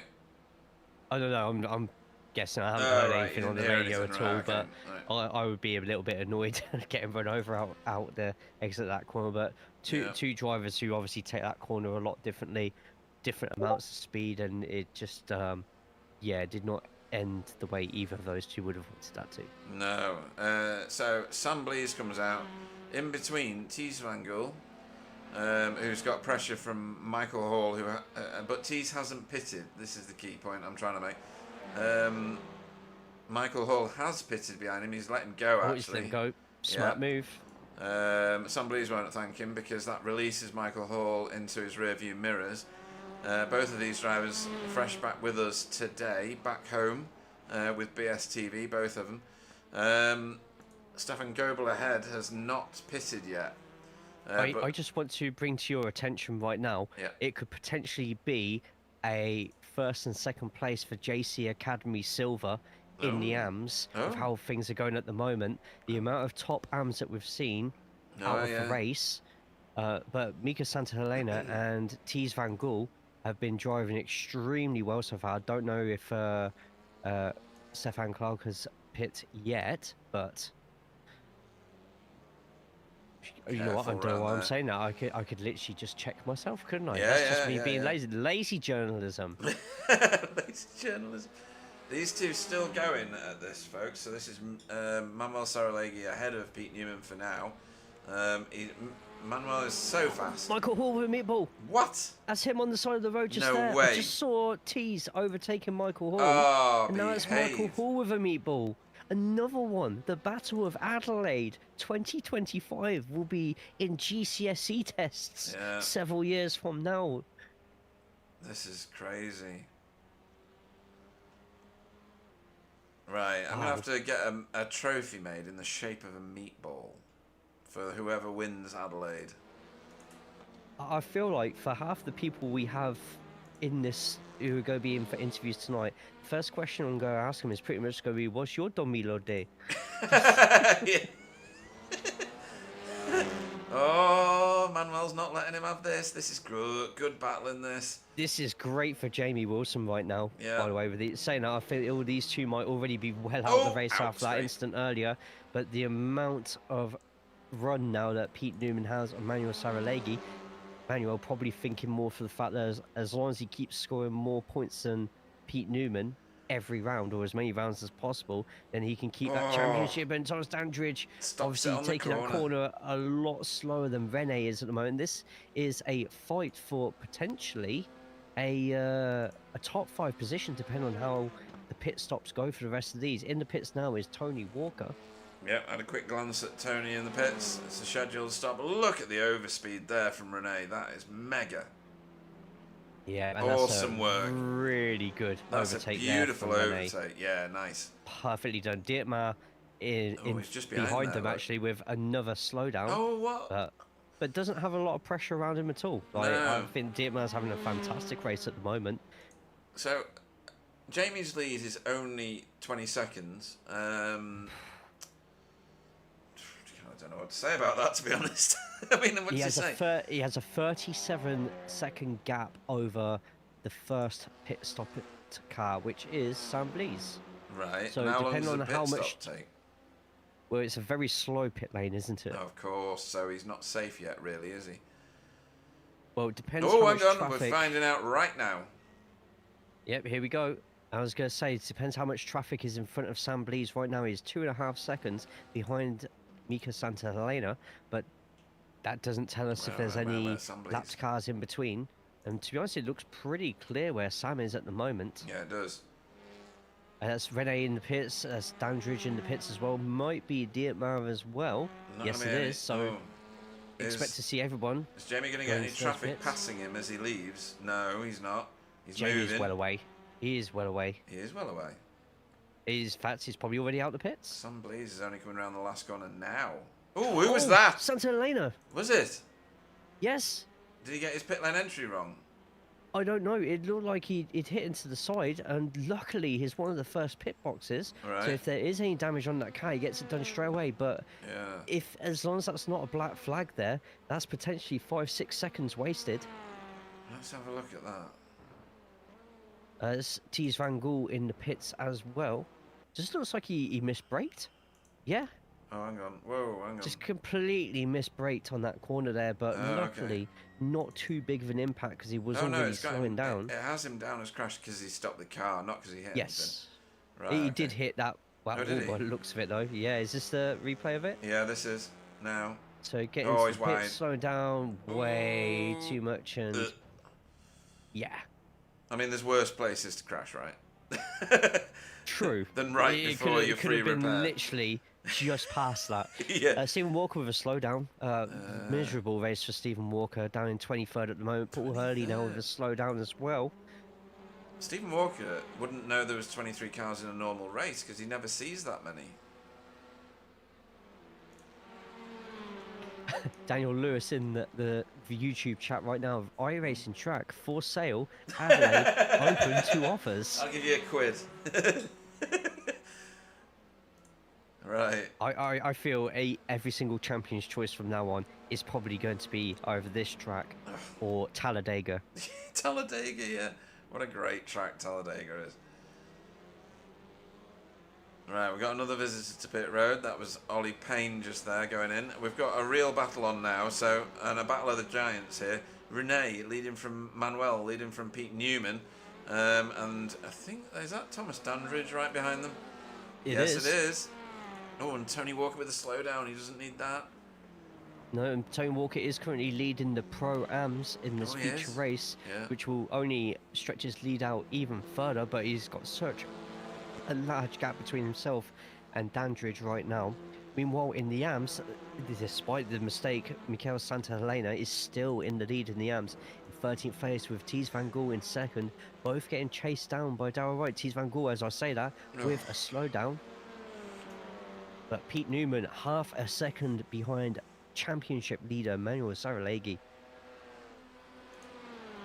We go into the heaviest braking zone on the track, and it's gone down to 4/10, and it'll be interesting to see what Pete's going to do here. Manuel pitting very early, may have under fuel, so could be fuel saving. Yeah, but at the same time, may have, like you said, hit that sweet spot with the early pitters. Yeah, Renee's away here. He's got a gap on them, on these two already. I don't know whether that's because he's got nice, fresh tyres, but he wouldn't have switched to tyres, would he? Because these are TCRs, they don't need them. Right, I'm going to have to open another bolognese sauce for... We have yet another meatball down in 24th place. Klauka is now carrying Slow down and for Manuel representing... Saralegui. Oh, and what a time. What a time to get that. We do tell the drivers it's your slowdown to serve nobody else's, and he's let Pete Newman go through. He's done a good job there, to be fair. So... He's realised that he's in bother. Yeah. He can make that time back. It's Manuel Saralegui. He's so fast. Of course. Yep, of course. It'll be interesting to see what happened with Klauka on his accident just there. But at the moment, this is just Jamie Wilson's world, and we are living in it. A horrendous race one, but a great fight back to put himself in a position for the reverse grid. And Oh, wow. touched Oh, the wow. apex of that fast kink there, and I want to see that it has again. claimed another. Whoa. Yeah, just tallness of that curb. It's not a tall curb, but No. it's tall enough to cause you problems. Yeah. And Benji Carr. Right, okay, so Manuel sets off after Pete Newman. Who are the winners? Renee Earhart is so much a winner. He's up 20 positions. 20 positions is insane. Manuel? With 7 minutes left to go, I'm just looking at the time between Tony Walker and Renee right now, and Renee is quicker by about half a second a lap. Really? Wow. Where's that come from? Probably not going to be enough to overtake Tony Walker, and to be honest, he's got Pete Newman right behind him. Yeah, Pete Newman is closing him down. Dietmar with yet another slowdown. He's the slowdown king. Manuel Saralegi. Hardy a chance. Yeah, Manuel Saralegi is up 24 positions. Wow.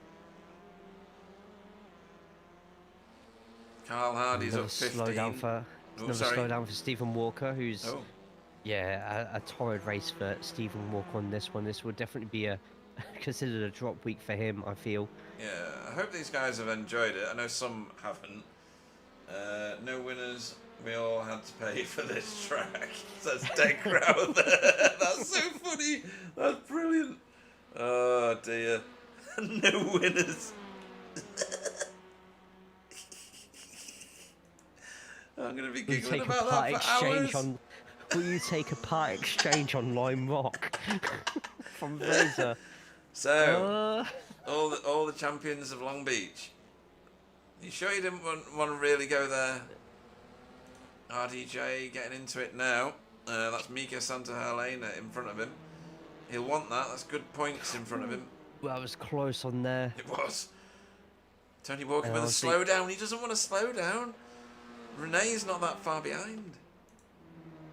So if I was Santa Helena right now, I'd be letting RDJ through on a straight somewhere, consolidate that position, play it safe, because if you start looking in your mirrors too much, he's got a nice 8.5 second gap, or 9 second gap on second place, Tees Van Gool. He's getting chased down very quickly now by Darrell Wright. Yeah, he is. Darrell Wright's on one. He's really getting the bit between his teeth.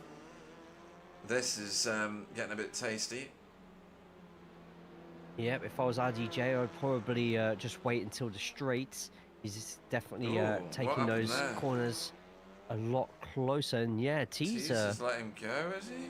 No, he crashed. Or crashed. Yeah, he's gone into the wall. Hang on. So it's the kink. Maybe he missed this braking point and had to really stop. Oh wow, right. Yeah, there we go. No, not a proper crash. Okay. That could have been a lot worse, to be honest. Yeah. That's caught a lot of people out today. Oh, Manuel and Thomas.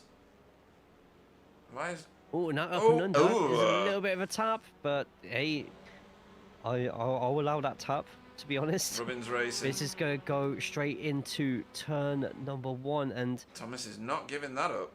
No, should Thomas with a horrible line through there, but to be honest, Manuel slowing down for that one as well. Expect to see a full attack here. Yeah, but after this corner, won't it?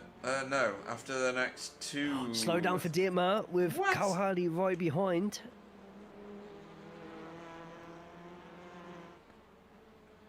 These two getting closer and closer. Chesney's loving the race. He says this is his favourite track now. To watch. Yeah, to watch, yeah. Thomas Asboth, he's had some like crashes and bumps and grinds and things like that, but he's managed to make something work here. This is good. Yep, Carl's managed to get the pass done at Dietmar, so Dietmar relegated down to 10th place. Not being able to serve his slowdown quick enough, which means you've got to take it on the long straight, which means you're going to get a lot of... Oh god, this is getting a bit close. Now Santa Helena hopefully slows down a little bit. Nicely done. Keeps it safe. Sensible. And We are entering minute number 37 as now Pete Newman Clash of the gets more Giants. aggressive with Rene, and this is going to go straight into turn 1. Looks like Pete's going to back out of this one. He did. He let the gas off. Maybe prayed for a slowdown, which hasn't happened. He put a car offline on the straight, of course, and you could easily put them into a slowdown at that chicane, eh? Absolutely. It's great fighting at the moment. I tell you what, despite the chaos that we've had through this Stefan, race. what have you done? Oh, Goebel with another slowdown, Stefan. and there's a lapped car that is let through there, but That's now he Dietmar finds on himself in a battle with Demis. Demis, sorry, yeah. But this is the battle. We could see a late lunge here from Pete Newman. He's got so much speed going through. There's a car on the inside right in front of them. Darryl Wright and Tees have got both got slowdowns.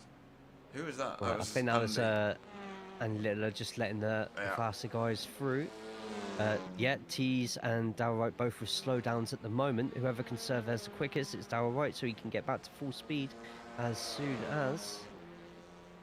So it could be looking for another late lunge here from Pete, but Rene taking that middle line. This does mean if Pete can hang it on the outside. No, he's down the inside. It's a gap.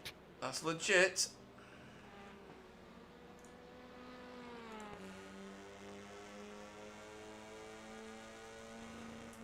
But we all there's a slowdown for Sam Blease and Tony Walker. Tony Walker. What? And but Pete Newman. Right, that's sorted that battle out.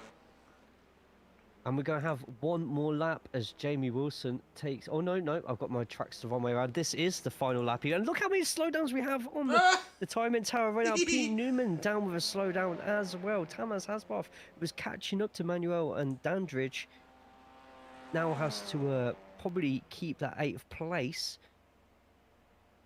But what a drive from Jamie Wilson. Just a nice, calm affair. Just let everybody else around you make the mistakes.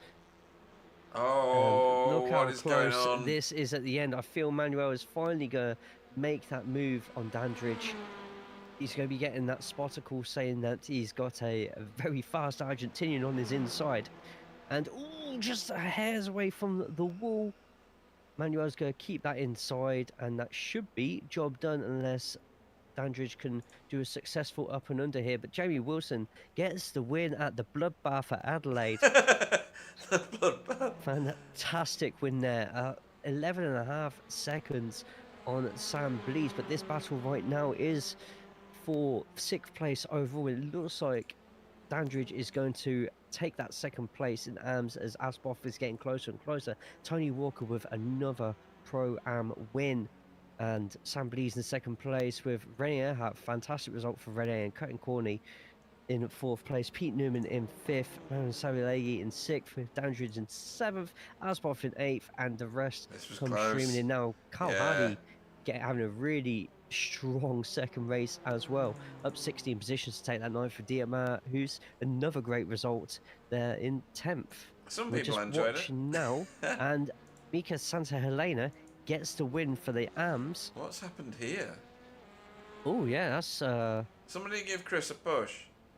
I think that's going to be more than a push. Somebody give him a helicopter. Oh! Ow. Oh, yep. Well, he just hopping over the curb just there. Just stop a little bit just to try and let Chris back through. He did. Yeah. There was an apology on the radio as well. It's just a case of sometimes when you take that inside, and it's especially on those 90-degree corners on the within the first 6 and 7, those inside curves can sometimes just give you so much understeer and throw you out wide onto somebody else. And that's a shame for Chris. Come on, Chris. Somebody will give you a push. Look at these maybe cars someone just going will straight go through. around. What's this? Nope. Oh, he's got the brakes on, and that's a shame. I was so close. But he keeps his 19th position anyway. And he does. Right, so, wow. Well, I don't remember a race that had so many dramas in it. I really don't. So Alan says, magnificent race, Jamie. Amazing race, Jamie, from Chesney as well. Never liked Vegemite anyways, says most people aren't okay. Oh dear. I like that one though. No winners. We all had to pay for this track. That's still the statement of the day. That's class. I think we might have to Oh start calling a dear. lot of these Broken Arrow afterwards. Doesn't work and can't be fired.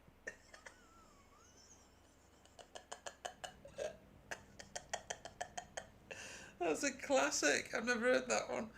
That's brilliant. Broken Arrow. Oh dear. Oh, so funny. Oh god. I'm gonna have to remember that. Somebody's getting that name. They really are. Right. I'm trying to think if there's any more funny ones that I used to work with. There's so many of them. It was crazy. We had a guy called Big Show because he looked like Big Show. Well, Yeah, absolutely that. Yeah.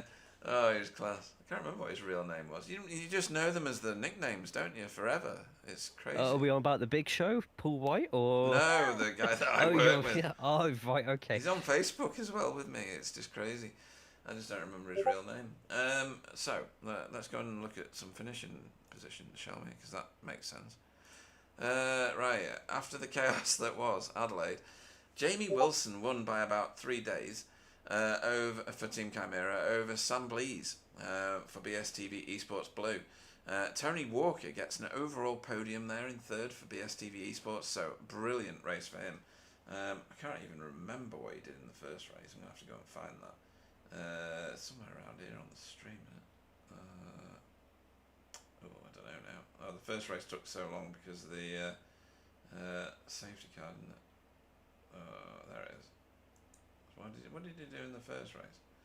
8th in the first race. That's pretty good. Oops. Right, so great result for him, and top pro-am car over the line as well. Renee Earhart finished 4th on the most mega recovery drive ever, up 20 places for Cutting Corny TCR team. 5th was Pete Newman for Result Clothing. Manuel Saralegui up 24 places, as if Renee's couldn't be beaten, but Manuel's managed it, for CLN Racing. Second in class, 7th on track, Thomas Dandridge for Verve Racing.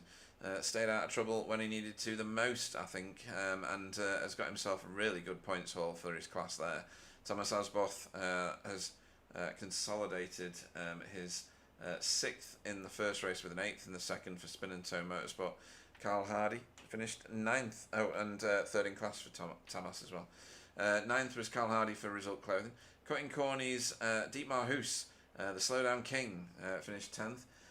Stefan Goebel was 11th. How many places did he cover? 16 in that second race. That's impressive. For VTS Esports with Demis Tixelar in 12th. For Hydro Race Racing Forces and RDJ, Ronald de Jong, his teammate, in 13th behind him. 14th was the first AM-class car over the line, and it was Mika Santa Helena. He's going to try and get a high wage out of you. You know that, don't you? Yeah. Yeah. For JC Academy Silver, Daryl Wright finished 2nd in class, 15th on track for Safeguard, and then the next pay rise coming Jay's way is for Tees Van Gool for JC Academy Silver. Podium position there, 3rd in class, 16th on track for Tees. 17th was Paul Hurley for Insignia. Jura Larkinen did a wonderful race in the first one, 4th, and couldn't quite recreate it in the second, 18th. For Hydro Race Racing Forces for Jura Larkinen. 19th was Chris Needham. We saw him crawling and not quite to the line. I think he probably took a few positions down. I'm trying to see. Oh no, he didn't lose any positions because everybody else had finished. That's right. So he didn't get punished for that for Air Smart Racing. 20th was Chris Dixon for Work Hard. Stephen Walker well out of position in 21st for BSTV. Ollie Payne, 22nd for Safeguard. 23rd was Andy Littler for Work Guard. Stefan Klauke, 24th. 25th was Michael Hall in his first race week back. I think he was looking forward to this as a new track for Pure Sims. Daniel Lewis, actually, he had a really good first race, didn't he, Michael Hall? 5th. 25th in this one. Daniel Lewis, 26th for Blade Designs. Jaden Scotton, 27th for JC Academy Gold. Fraser Geraghty, 28th for Insignia. 29th was Jeff Saunders for JC Academy Silver, who had a brilliant first race, didn't he? Yes, it was fantastic 13th. first race. Simon Trendle finished 30th. That's never been said before. Those words have never been said. For Team Chimera. Deck Crowther, 31st. For Blade Designs, his teammate Stuart Gibbons, 32nd. Oh no, he didn't race actually. Stuart Gibbons and David Ayres did not start. Blimey crikey. I need a lie down, Jay. Don't know about you. I don't know if you've ever said some of those names in the order that you've said them in before, or with so many names before them or after them. It's just mind-boggling. I don't even know what has gone on at all. Someone else who thinks the whole league is upside down right now is in the booth with us. Jamie Wilson, good evening. Yeah, well, we are down under. So yes, we are. It's upside down. I suppose it's right way up then. Yeah. So, other than Men at Work, how did you find... Let's talk about race 1 first. So, yeah, 14th, a bit of a rough ride on that very first run to the third corner, wasn't it? Yeah, Manu Saralegi had some issue with his start because he got the initial launch, and then I don't know if it bogged down. We had some controls issue or something, but the car died on him pretty much. Right. That then caused Simon to hit him because he had no time to react, which then actually fixed his start, so he was actually up to speed again. Oh, okay. So that was Simon sort of out, and thankfully got off with enough time because I was coming with a head of steam, as is tradition. And then going through there, I think because Manu was slower than expected, Rene, I think, probably thought he was clear, probably may well have been clear. Yeah. There was maybe a bit of netcode in there. That's then speared Rene into the left-hand wall, and I'm then first on the scene on the left. Yes, you were. And you did a great job of catching his car. Oh yeah, no, it was like the space snooker thing from Red Dwarf. Yeah, that's class. Yeah, he did like a Tony Hawk Pro Skater move across like 3 cars. Yeah, he got some good air, really good air. Yeah. That's I why I didn't see the horse letters around the WrestleMania map for the rest of it. main event. You were main event on WrestleMania. I said, yeah, it looked like a WrestleMania main event, and you were about to throw him over the top rope or something. I've never seen a car carried that much. It was a hell of a body slam into the wall that started it off. So, yeah, and then the car was knackered at that point. Yeah. Bent steering, but obviously had to keep it going under the yellow. But you had lots of friends in the pit lane, though, didn't you? Lots of friends. Yeah, quite a few people. But I was quite fortunate in that where I came out, the train hadn't quite got to the end of the pit lane by the time I rejoined it. So I was in, I don't know, 21st or something like that. Yeah. Not a million miles away off 15th. And then that was the objective, get to 15th, and then I got a cheeky bonus getting Dan Lewis out the hairpin on the last corner. So yeah, you were one of the cars that accomplished. Didn't pick up a gazillion slowdowns. Whatever you were doing at the first chicane and the kink was correct. Everybody else was picking up slowdowns for fun. A lot of people. Have you done a lot of practice around here, or is it just that not really? You just knew what you were doing and stay away from picking up slowdowns? I was just a bit probably more cautious through there. More scared of it, I suppose. Right. Okay. There's a couple of occasions. The thing is, there's a couple of occasions where I nailed it, but they were few and far between. So every other lap, this is true in quali as well, I was like 2/10 down. Right, okay. It's a new track though, right? So you're all learning this, really, aren't you? And you're going to be learning it for a while. Sorry? There's a knack to it, certainly. Oh, okay. Especially with all the bumps as well. That section after that's really bumpy. Mm-hmm. And so it's really line dependent through there, so to get the most out of it. Right. And then race 2, a bit boring? I've no idea what happened. I'm completely perplexed by that. That's completely surprised me. Jay, do you want to help him out? Where do we begin? I don't Like, know, it was- honestly, because that's why it- I'm handing it to you, because it was just ridiculous. So the 3 cars that were chasing you down, which were, hang on, Steve, Jaden, Pete Jaden, Newman, yeah, they all decided and Manuel. we're just going to crash, and it was a big pile-up, Did wonder. and they took the pressure off you instantly. And Well, it was Manuel, that, but and also- Manuel, yeah. It was that, but also the fact that I was pulling away from Sam Blees, which is, I know he's maybe a bit rusty, Yeah. but I mean, it's iron filings if he's that rusty. Yeah. That's not normal. No, it's not, but take it while you can get so- it. Well, yeah, I'm not complaining. Yeah. I mean, blimey. It's been, well, we're this isn't strange to us, is it? New tracks, particularly road courses. If you can remember the Belle Isle V8 race that we went to that time. Oh yeah. That was a giggle fest for anybody not racing. But Our tourists, I think, are battering Our around, tourists, yeah. trying to get out of there. Yeah. Yes, yeah. Brilliant for a viewer. It was. It's no different. You know, it's always going to be a massive challenge. People are learning it. You know, it's got these intricacies. Your inset camera was a bit delayed, as in it was a bit chonky in terms of the rendering. I think there's a lot of demand on the graphics on this track, because we had a couple of people. David Ayres couldn't race it at all. His PC wasn't doing it at all, and somebody else made a comment as well.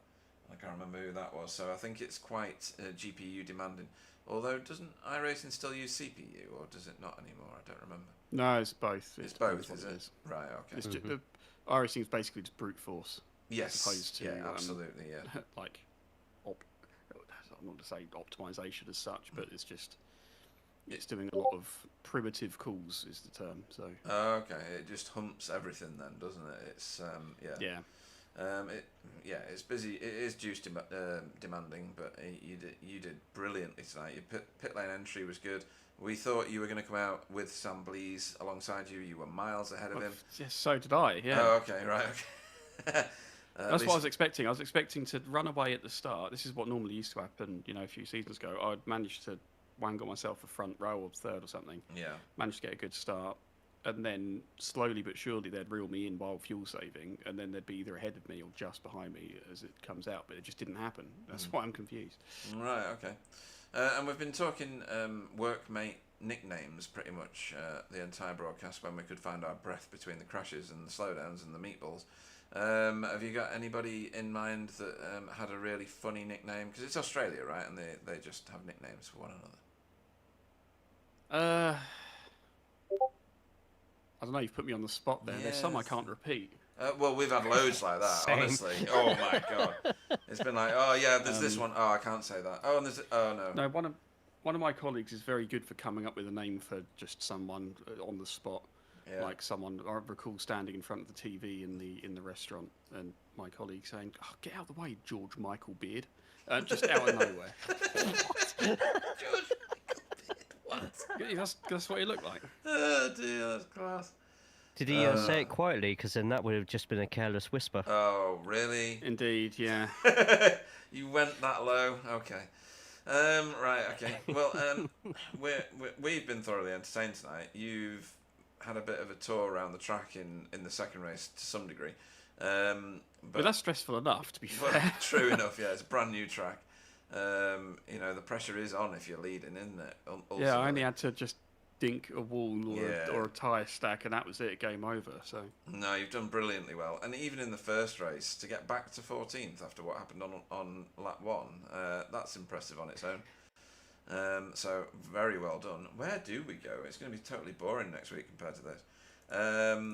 Tune in next week, folks, for another exciting race at BSTV. Good save. Yeah, cheers. Where are we going? We're going Super Summit Point. Oh, we are.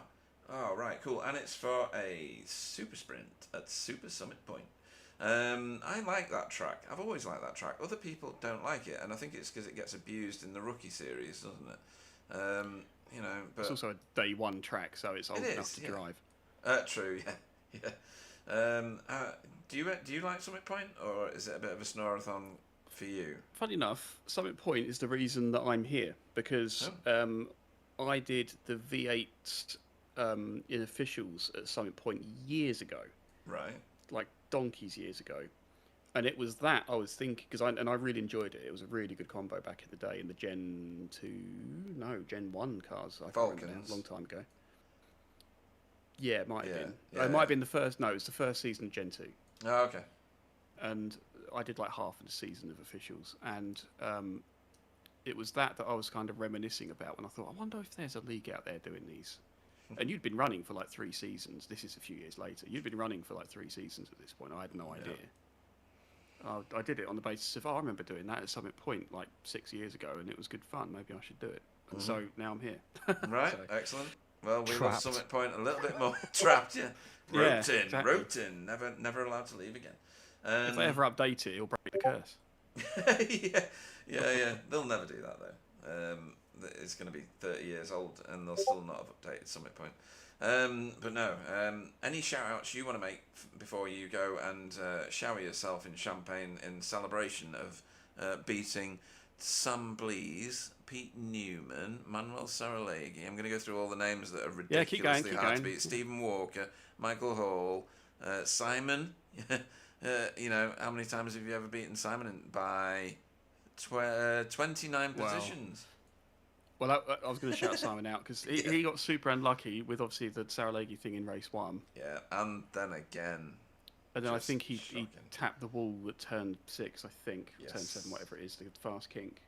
If it wasn't for that, he would have got 15th. Right. Okay. Because he was on pace to join me up there, trying to beat Dan Lewis to it. So, and yeah, he would have romped away with it if it wasn't for that. So he's been super unlucky. Definitely had the potential to win. So yeah, shout out to him because that's a pretty rough. It's a bit like Jeff Saunders last week. It's just a pretty rough scenario. Yeah, Jeff Saunders super fast last week. Got like a whole load of bad luck cards, didn't he? Really? Yeah, exactly. It's the old Chris Needham bad luck, isn't it? Yeah. Well, that happened again this It week. did. Well, exactly. With both yeah. drivers we've just mentioned. Yeah. Both had really good races, and then just all of a sudden it's just someone else's mistake or a slice of bad luck, and All 4 Yeah. wheels off the wagon. Yeah, absolutely. Oh dear. But yes, good shout outs. And we will look forward to seeing you at Summit Point in a week's time. It's going to be an exciting race with it being a super sprint again, especially after this. Jamie Wilson, everybody. Cheers, guys. Totally not ready to evict him from the booth, but never mind. Right, who should we grab next? Who do you want to grab next? Anybody in particular? should we get Sam in as its Sam? first Yeah. race back? Do you want to torture him? I mean, interview him? It's up to you. Oh, you can if you want. Oh, okay. Yeah. Thanks. I'm just doing screenshots at the moment, so Right then. it's a lot of screenshots. I bet it is. Good grief. Have you got one of Renee kind of like in the Yes. air? This is how Mini Coopers are made. Yeah. This is how the mating of the TCR happens in a David Attenborough voice. Welcome to the booth. The super fast, multiple previous champion of like a million series, Sam Blees. Hello, everybody. Hello. How do you like driving in the Elantra and in Blue and in BSTV? And welcome back. Thank you. And I quite like driving in the Elantra. I don't like driving it around this track very much. Why is that then, Sam? I only purchased it this morning. Yeah. Not even this morning. It was lunchtime. I resubscribed to iRacing because that lapsed. I can't remember when. I did about 30 laps Yeah. and enjoyed the session. Right. Okay. Brilliant. Made Well. a setup, didn't like it. Made another one, didn't like it. Made another one, didn't like it. Did my traditional change it in qualifying. Didn't like it really, but it was no worse than the rest of them, so I left it. Brilliant. Even then, you got a top 10 in the first race. Somehow, you were position brilliant in that first race when all the crashes kicked off. Yeah, you were like, they just kept happening behind me. Yeah, yeah, it was crazy. And then in the second race, you've managed to fight your way back through, avoided everything again. You had some slowdowns along the route, but you managed to finish in You don't second. need to mention that. Oh, right, okay. We'll take that out when we do the broadcast. Don't worry about it. Thank you, yeah. And yeah, I mean, wow, what on earth? Did you see the crash in front of you with everybody else? Like Pete, Manuel, Stephen, the whole lot? Not really. I saw the aftermath of it. Right, okay. But yeah, again, it was sort of right place, right time. I was just far enough away that I had time to react, and close enough that I was able to get through before there were big checkups causing like secondary incidents. Right. So okay, yeah. Yeah, I mean, it wasn't. Neither of those results were on pace. I wasn't where I'd like to be with the car at all. And I think another day or so of practice would probably find a second in that. Or maybe not a second, but maybe 7, 8 tenths, something like that. So yeah, it was just keeping it out of trouble, taking the risks where I knew the risk wasn't too bad and it was just going to be a slowdown. Yeah. And that also seemed to be my best corner on the track. I was consistently gaining on Jamie there and then losing it through the rest of the lap. Right. Okay. Yeah. But yeah, so I've just fairly early in practice recognised that it was going to be about getting a result with racecraft and not crashing rather than actually pace, because I was not where I'd like to be. But that also works. Yeah, it's a street circuit with concrete walls. I mean, you've got to have a certain amount of reservation, haven't you? Whilst trying to also carry speed, of course. I think your strategy was excellent. You showed the colours of a multiple champion in there, just through that maturity of drive. As we see you doing a switchback on, I think that's Fraser Garrity's car, to try and get round, because he was serving a slowdown at that point on the broadcast there, with Tony Walker in your wake, who is now your sister teammate. So there is a bonus from being in BSTV. It means you don't have to pay an entry fee, which is brilliant. Did you enjoy Adelaide? I'm going to guess it's a wildly resounding yes, because I think this is like your style of track. Oh, it's the opposite of my style of track in that I hate 90-degree corners, because I very, very much have to blend the braking into the cornering, and that doesn't really work here. You just overheat the tyres and they just stop working. Oh, okay.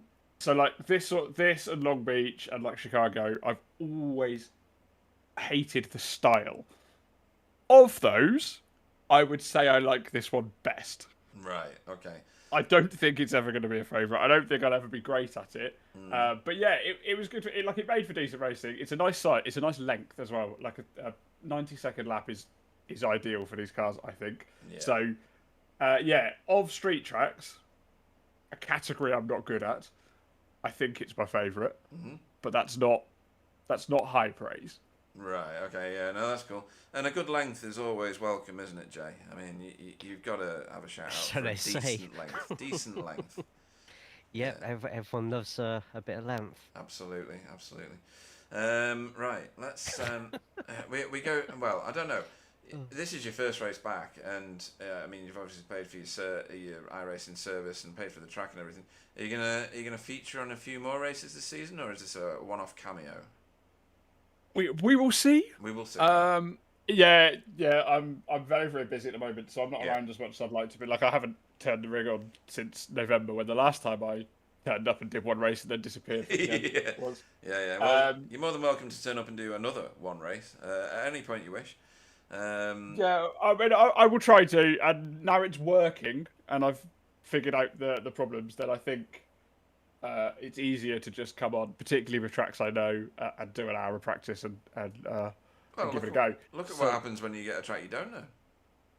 Well, yeah, I mean, I think if we take out some of the incidents, that the only thing my spotter said to me all night was, "There's an incident behind you. There's an incident behind you. Yeah. There's an incident," and it was just people coming out the pits who would have overtaken me. Yeah. So yeah, I mean, I think I'd have maybe been at the back of the top 10 without some of that stuff going on, which is about where I expected, and that's fine. So yeah, I will try to be about a bit more. It's not going to be every week, but where there's tracks I like, where there's tracks I'm good at, I'll probably try and move some stuff around. And other times it'll just be as and when I get the Wednesday night, I'll turn up and see what's going on. Well, it's Summit Point next week, so we won't see you then. Cause Correct. Absolutely correct. I remember. But yes, it's when I'm gonna guess when we will see you next. So Summit Point, no. Monza, maybe. Combined as well. That lends itself to Assembly's race win. I've got some history at Monza combined. Okay, Yeah. right, okay. Then VIR for a sprint feature like this one. Then the Algarve. I can't see you doing the Algarve. I don't think you like the Algarve. I like Algarve. do you? I'm rubbish at it, but I like it. Okay. Then Monza combined is tempting, but I'm not sure I'm in the country. Right. No, well, that's going to stop that one. Then we've got one that I think you will do, because I think it's in your backyard, which is Brands Hatch GP on a super sprint round. And then they do your What's a super sprint round? Is that 3 sprints? 320s, yeah. Oh, nice. Okay. Yeah. And then you're not turning up for the last race of the season, which is going to be Circuit de Catalunya. Yeah, I think aside from Algarve, you've got that pretty much right. Yeah. I'm not. I need to check. I need to check the dates because Monza would be good fun. I really love a drafty race. It was me who made us all do that years ago. Yeah. Much to everyone else's annoyance. Is it the one with chicanes or without? with chicanes. It's with. Okay, yeah. Yeah. Otherwise, RIP Audis. Yeah, absolutely. They just can't. House They bricks can't do it. turn. Yes. Yeah, well, no, they can't. They don't have the top speed to compete. That's true as well. They just stop like 10 k's an hour before all the other cars do, which was great fun because I was Smashing away on the rev limiter. Yeah. It was just literally I think 1 minute and 40 each lap of just while everyone else drove away from you. Yeah. I'll try and make that if the dates work for sure. That sounds like it'd be good fun. And the others, yeah, if I'm about. Otherwise, I'll pop up here and there and make a Beautiful. nuisance of myself. Excellent stuff. Any shout outs you want to give before we let you go? I mean, it's just great to come back to something that I used to do religiously every week and be much more involved with and see it still going so strong and such big grids. Yeah. And to see people who have come on have gained huge pace from when I was racing them regularly, which is lovely to see. So yeah, I mean, congrats to you guys for keeping this all going and everyone for turning up. It's lovely to see that, and I'm sure one day I'll be back a little bit more consistently. And until then, I'll just keep rocking up and being really grateful that there's a lovely place like this to come and do it. Absolutely. I mean, yeah, you're right. I bet you looked up and went, "Oh, Tony Walker's in my rearview mirror. Oh well." And then And then he was getting closer. Yeah, what the hell is going on here? Tony Walker's still in my rearview mirror and closer. What? Yeah, he's come on a long way. Yeah, the pace he's got is excellent, and Mm. nice to see him. I think he got a podium again behind me, didn't he? He did. Yes, yeah, he got a podium. Yeah. He's Yeah, that's great. brilliant. And lovely to see familiar faces and loads of new faces too. It's always good. You always need that coming in. So yeah, really excited stuff to come back and see everyone going so well, and catch up with some people. And yeah. Well, I'll see you. Hopefully, it won't be 3 months before I'm back. well, you're more than welcome whenever you wish. Multiple Thank you. previous champion, Sam Blees. Cheers, both. Right, let's Pete, get... I've sent you a DM okay. of one of the screenshots I managed to get of Renee's situation. You're more than welcome to show it on the stream. That's how baby cornies are made. Oh, wow. Absolutely. I don't know how I get that on the screen at the minute. I'll try and Drag figure and that out drop. in a minute. Drag and drop. What? Yeah, you could just Can you drag do and that? drop it into OBS, yeah? Can you? Straight on top of the scene, and it'll put it as top. You have dragged top that. This will automatically add as the link as a source.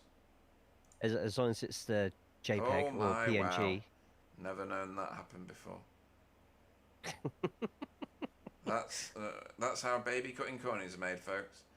Right, how do I get back to normal view now? Just click on the source Do and... that. Yeah, there we go. Right, that's a brilliant picture, by the way. Yeah, it's That's brilliant. legendary. I'm posting that everywhere. Do it. Sorry, Benny. Right, who else should we bring in? well, Mika is currently muted. Thomas Dandridge is sharing his screen, so there's obviously something going on in there. Let's Cool. grab RDJ, because we don't often speak to RDJ. Let's get him into the booth. Welcome to the booth, Ronald Young.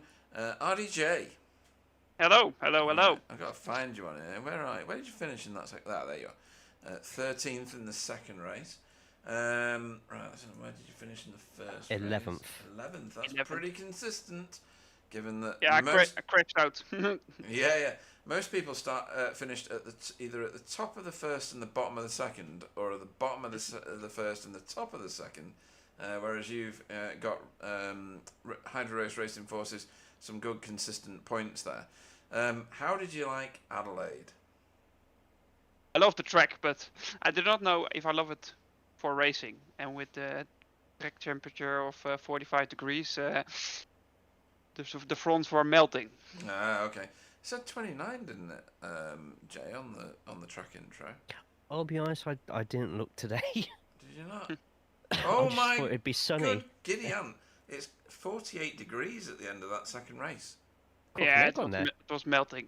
Wow! Didn't realise that. It was 29 at the beginning of the practice, so that heated up good and quick. Oh wow! Right. Okay, that explains an enormous amount.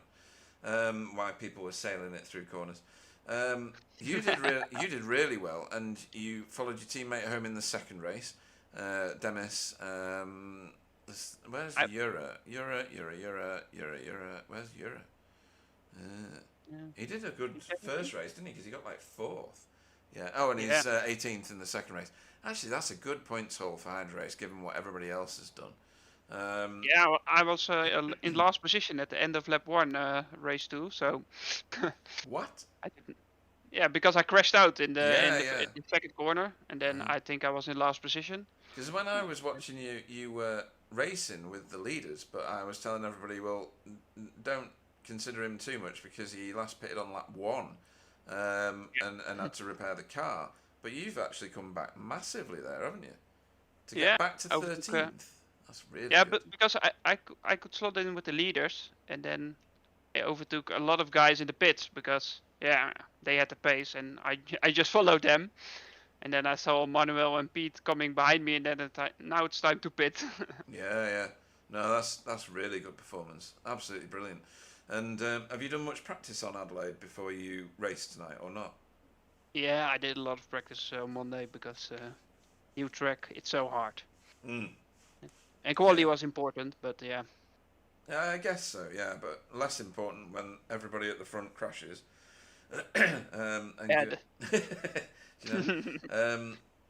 It gifts you a decent finish, or it gifted Euro a decent finish in the first race. Absolutely, he drove through that like the tides had parted in front of him. Yeah, he was so happy and so focused. So. Yeah, you always know when your teammates are focused because you don't hear anything at all. They just stop talking to you. I remember that from racing back in the day. But yeah, it's a good performance from Racing Forces, and a great performance from yourself. What have you got any standout moments in those pair of races? Yeah, the first lap of the first race, I felt like Moses, like I was splitting the water because I think there was a car on the roof of another car. That was Renee. In front of me. Yeah, in front of me. I've already done the picture. Done the picture of it. Yeah, so I was so happy, and then I think I overtook 2 guys on the second race on track. So it was Daniel Lewis and Mika, I think. Mm-hmm. So it is possible around here, but it's so hard. Right. Okay. Well, it was a great performance from tonight. We go to Summit Point for is it? Yeah, it's Super Sprint, isn't it? For a Super Sprint round next week. Summit Point, is that one of your favourites? Is it a bit boring to you because you do so many rookie races around there, or is it one that you actually like? I like it, but the Elantra is not that good here because the long wheelbase, it always fucks up the slope part in the middle of the track. It's not the most agile of cars, is it? It doesn't turn as quick as the Honda or the Veloster. Yeah, so but maybe we will see. I did a lot of laps on it in Mazdas, I think. Mm-hmm. So I know the track at least. It's not Adelaide. No, it's true. It's not Adelaide. Yeah, absolutely. Well, it's been a successful night's racing for you, and for all your sponsors, because your Hydro Race Racing Forces cars were in the limelight quite a lot tonight. Any shout outs you want to give before we let you go and start your practice for Summit Point? Shout out to Chesney because he just joined the interview waiting room, and it was good to talk to him. Hopefully, to see him on track. And also a shout out to Tony Walker because I fucked up my first race with a slowdown. Okay. So, right. Yeah. It's always, racing. It is racing. Yeah. But good that you're acknowledging to the other races. So yeah. Well, it's been fantastic for us tonight watching the race, and it's always good to have you in our races. Such a dynamic driver. RDJ, everybody. Ronald de Jong. Thank you, guys. Bye-bye. Bye-bye. Apologies for the little bit of language in that one, but we'll skip quite quickly on. Welcome to the BSTV race, children. Right, who do you want to bring in next? Thomas is still sharing his screen, so I'm not going to drag him in. Should we get Paul in? MySpace should be Paul Hurley. Right. That was another Red Dwarf reference for those of you. To be honest, I can't remember a single episode of that I've watched all the way through. That might be sacrilege to a lot of people, but oh well. I can't believe you're now dead to me. Never mind. Welcome to the booth. Mid conversation. I bet you're glad you joined this one, Paul. Paul Hurley. Is the honeymoon over? Is it? Oh, it's destroyed. It's now. next year, is it? So, what did you do in the first race? I got in the aftermath. 26. Yeah, in the aftermath of the first incident. Yeah. Somebody come through just the slightest of taps. Whoa. We're gonna. This is that in the first race? First race, yeah. Oh, right. I was gonna try and watch it, but I can't watch it because it's the second race that I've got on SDK. Okay, yeah, that's why you've ended up nearly round the bend at the start of the second then. So, yeah, what happened? Did you just have a face full of cars, did you? Yeah, and then someone come through and it was like the slightest of touches on my right rear. That gave me a meatball. And then I come through, Stake was sideways in front of me. Someone else hit me from behind. And then I had to pit after like second lap of the safety car. Mm-hmm. And then I had a coming together with Mr. Littler. I think he went too deep on the brakes. And then it was just a race between me and Daryl. And it ended up spinning around into the wall. So that was pretty much it. After that, I went in the pits. There was 6 minutes of damage. 6 minutes, wow. Yeah, there was 1 minute of the race to go. So. Yeah, that'll do it. Yep. And then race 2, though, up 9 places in the end, up to 17th from your start position of 24th. You know, that's a good. You must have been watching cars whipping past you in the pits, or you going past them rather.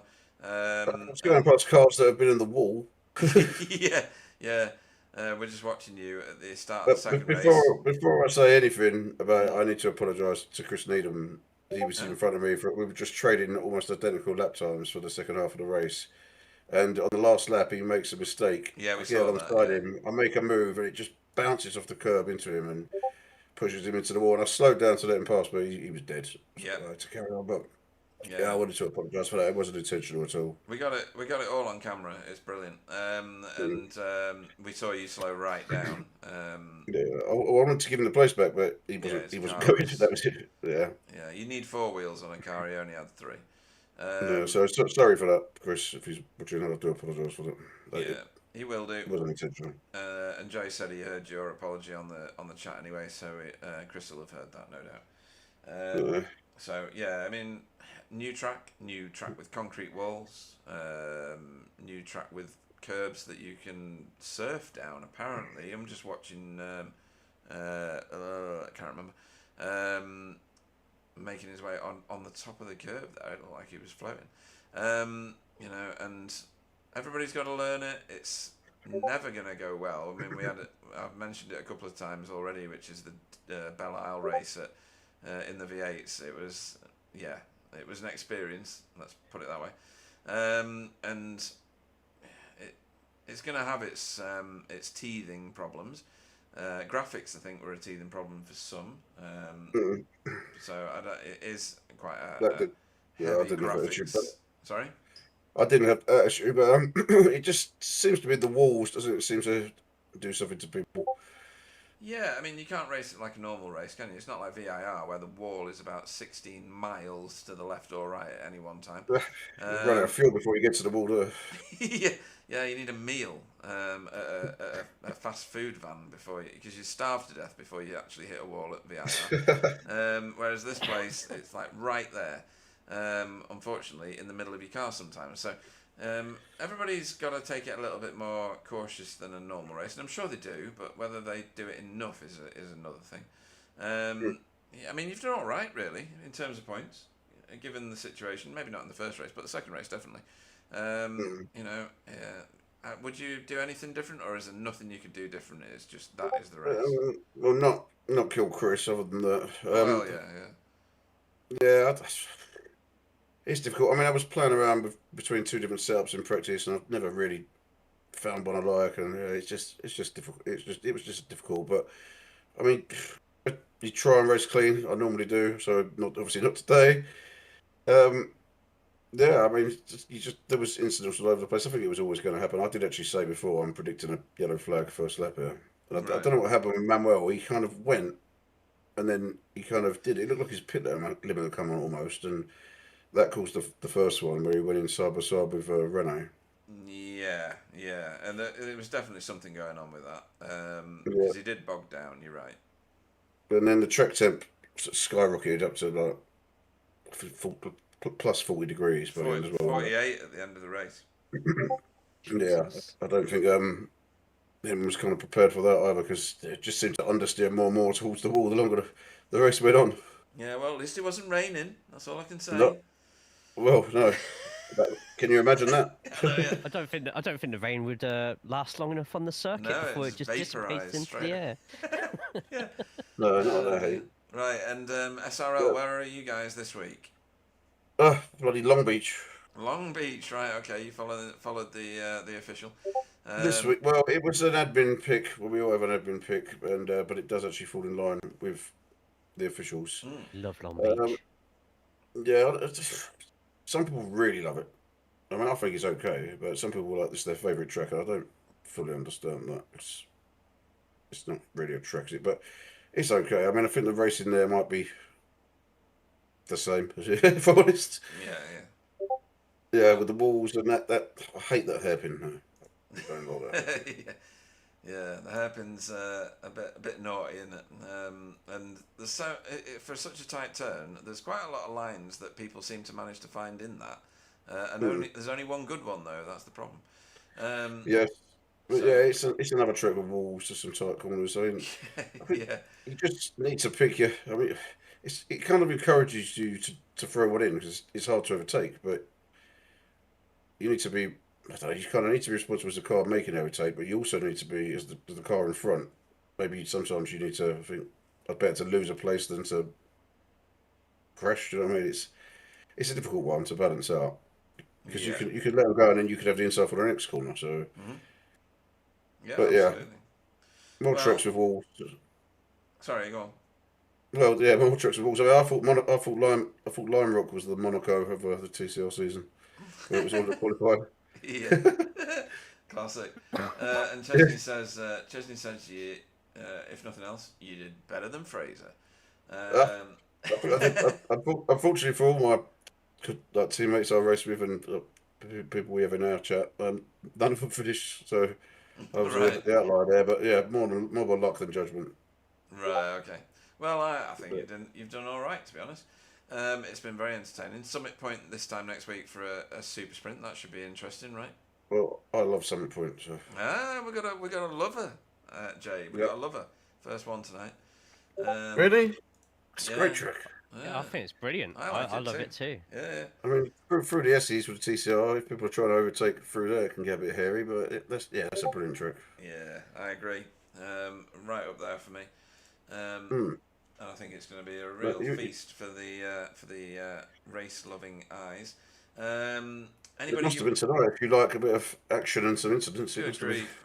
I'd Like overdose. I'm like an incident junkie tonight. I can't, I'm going to be on a come down for at least 6 races or something. Jesus Christ! What am I saying that's wrong? Huh? Those you should stop that. They're arguing again. Right. Okay. Yeah. It's You two need a date night. well, this is date night.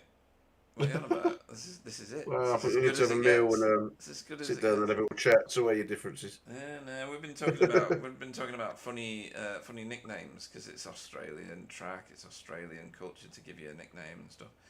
But yeah, it's been a good night. Well, there's a word they like to use a lot, but I can't say that on the stream. Yeah. Everyone said that tonight. Just I know. Yeah, it's crazy. It begins with C, it ends with T, and it's not cute. Yes. Yeah. So, anybody you want to shout out to before we let you go? Chesney actually, he come in the interview waiting room and had said hello and just hope he's doing well and on the mend. So yeah, shout out to Chesney. Cool. Shout out to my teammates and colleagues and sorry, Chris Needham. I do apologise. Yeah, no, well said, and we look forward to seeing you this time next week at Summit Point. Paul Hurley, everybody. Thanks, gents. Right, next up, we're going to see if Mika will come off his mic, shall we? Or come off his mute, sorry. Let's see if Mika's about.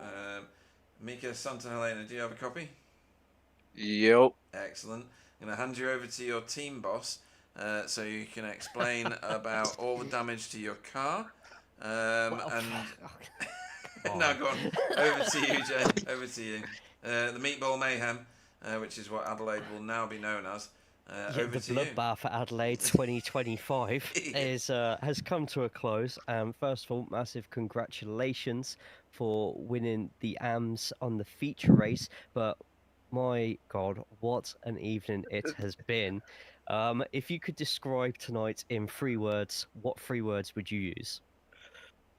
Crazy, unexpected, and pit wall. Yeah, we did see that, by the way. We'll go on to talk about that one in a second. On race 1, it was actually a bit of a teammate battle. Yourself and Tees Van Gool battling for that 17th place at the end. That looked like a really fun fight there, but we've been talking with everybody about that first lap crash. Where was you in that crash, and how did it look? Well, I was like very far at the back, so I didn't even realize it. And until I saw like 5 cars just standing in front of me on track. Yeah, I didn't even know what to do. Like, I only saw everywhere. A car was everywhere, and I tried to reverse and go past, but in the meantime, they were already driving again, so it was for nothing. Yeah, that's fair enough. It was on our end. You should watch the replay back unless you already have. It was absolutely crazy. A car was carried by another car out of the situation. It was a brilliant viewing, but I should imagine it was quite stressful for the other 29 drivers involved in that one. But it was a nice battle with yourself and Tees Van Gool towards the end. Race number 2, there wasn't as much drama. There was little crashes here and there by everywhere, but from everybody even, sorry. But there was a lot of people with slowdowns, a lot of people tapping the wall. How do you find the track? Was you a fan of Adelaide, or was it a challenge for the whole race? I think it's fun. Like, if you get the lines a little bit correct, at least, I think it's fun. I think it's like a more technical track. So, well, it's definitely better for me than Lime Rock was. So, I really enjoyed, to be fair. It's a good track, I think. It's a lot of carnage, but it was good, yeah. Fantastic. And the pit exit, sorry, the pit entry. Talk us through what happened. Was it a case of you just missed your braking point, or you just never practiced the pit entry at Adelaide? It's both, to be fair. It's both. That's fair enough. I always say to anybody who I race with on comms in races like BSTV, always practice that pit entry.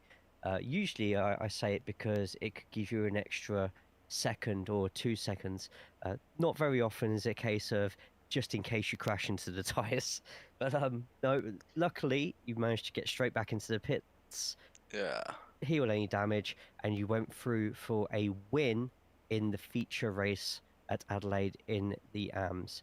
Looked like you had a bit of a battle with Ron de Jong towards the end. Was Yeah. that did that get close at any point, or was it a case of you knew you were going to win the AMS today, so just keep it clean, and if he is faster, then don't fight it too much? I'm gonna be completely honest. I didn't even realize that I won it until my teammates told me. Oh wow. Because I was in 14th, I believe, and I was like, yeah, there's surely like some AM in front of me somewhere.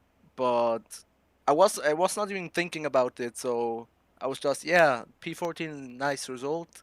And then I don't know who it was anymore, but some teammate just said, yeah, P1 and P3, nice guys. And I was like, what? And P1? And so I Yeah. said, yeah, yeah. So Oh, yeah, it was like a surprise. yeah, I bet that's the best sort of surprises. Next week we are at Summit Point. It is the Super Sprint, so that's the 3 races of 20. How do you find Summit Point? Are you a fan of the track? I've only driven it a couple of times. Like before I had my sim racing break, I did some Ferrari challenge on there. Now the last time it was Formula 4. So it's not a new track for me. It's a track I've driven quite a few times, but it's like my first season ever in a TCR. I didn't even drive TCRs before joining this league, so it's a Oh new wow. track for me to learn with the TCR. So yeah, I cannot predict anything right now. That's fair enough. And this being your first season with TCRs, it looks like you're learning TCRs fairly quickly. Every time we've seen you, you've been getting quicker and quicker. It's only if there's like a slight accident at a track, like Lime Rock, you were doing quite well at Lime Rock eventually, and then it kind of went a little bit wrong. But we Yeah. won't talk about that anymore because we're here to talk about the win at Adelaide. Is there anybody that you want to give a shout out to tonight? Uh, Not really. Like just like always, my friends that are watching and are supporting. Yeah. Also, shout out to Tees who did a good race today as well, who Mhm. finished in front of me in the sprint and got a P3 now in the feature. So shout out to him and also shout out to the other teammates. Fantastic. That's brilliant. Congratulations once again on the win in the feature. Thank you. And hopefully we get to speak to you again in the booth next week and maybe 3 more wins next week in the AMS. We'll see. But We'll we'll see. let you carry on and get practicing for next week. Ladies and gentlemen, congratulations again to Mika Santa Helena. Thank you guys. Very good. Right, and then, excuse me. Lastly tonight is Chris Dixon. Welcome to the booth. Good evening. Evening. Right, so new track, lots of concrete walls, slowdown central, meatball alley. This is going to have so many names after this race, it's going to be unreal. How did your 2 races go? Where did you finish in the first one? 2 lots of 20ths. 2. Oh, at least you're consistent. Something like that, yeah. But in a field this size, that's middle of the field. That's actually a really good points haul situation. 4th in class in the first race, and was it 5th in the second? He says. Not sure what. Chris. Oh no, 3, 4, 5, 6, 7, 8, Fourth, fifth, 7th, I think. I don't know. Still decent though, and given the fact that in the league at the moment in AMS, you're currently rocking 3rd place. This season's currently, without wanting to curse it, running in your favour somewhat. Yeah, not too bad. I know I you mean, don't get much time to practice before the races no, because you've got a busy life. very little. Busy Yeah. life. And, you know... I did get home early on Monday, so I got about 45 minutes. So that wasn't too bad. Yeah. But I didn't get a setup. I think Pete sent me a setup earlier, so thanks to him for that. And Pete Newman, and that improved. Knocked about 3/4 of a second off my lap time, so it put me where I should be. Yeah. But yeah, it was just getting used to the track, I think. The first race, I don't know if you saw me drop back up, and I got hit from behind, and the car was damaged, and I went in the pits, and then I got I was doing 42 mile an hour because it's a ridiculously stupid slow speed in that pit lane. Really Not is. that you're bitter about it or anything, but No, it's a ridiculously slow speed. Yeah. Well, it's yeah. Anyway, I was like 42 mile an hour, and I got a black flag and a 28-second penalty or something. Oh, wow. Right. So luckily I saved that under safety car, but it put me right to the back, and then I caught them up, and I thought there's going to be mayhem here, so I just dropped about 10 seconds off and held back. And then by the time the green had gone, I'd misjudged it. I was about 7 seconds. I was hoping to be about 3 or 4 behind, but it took me a few laps to catch them up. And then when I caught them up, I got a few places. I had a good battle with a few of them, with Ollie and Andy and a couple of others. And yeah, it wasn't a bad race. No, it seemed like a really good one. Yeah. I mean, I know you got caught up in some of the mayhem, but it's been a points positive race for you, without a doubt. I mean, 4th in class is pretty good. And you got, I know that some of the ones that are behind you there are gifted, the likes of Stephen Walker, Michael Hall, etc.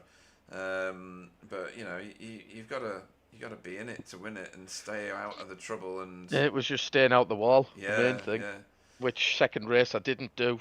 Mika he threw it up the inside and got I give him room and let him go. I didn't want to end the race lap 1. Yeah.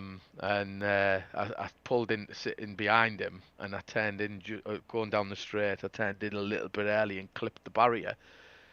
Still coming off with the 0x, but it didn't meatball the car. But I couldn't. I was 2 o'clock to go straight, so I was doing like 1:32. So I just dropped back, waited till I think lap 9, and dived in the pits, and then come back and had a few battles and fought my way back. But yeah, it wasn't too bad. Okay. Summit Point is the next destination after Meatball Mayhem of Adelaide. Chaos. Yeah. I mean, I like Summit Point. Some people don't. Some people find it boring because they've done so many races there. But right, that's good. That's a positive start. And do you expect to do well in sprint races there, or do you prefer the longer races?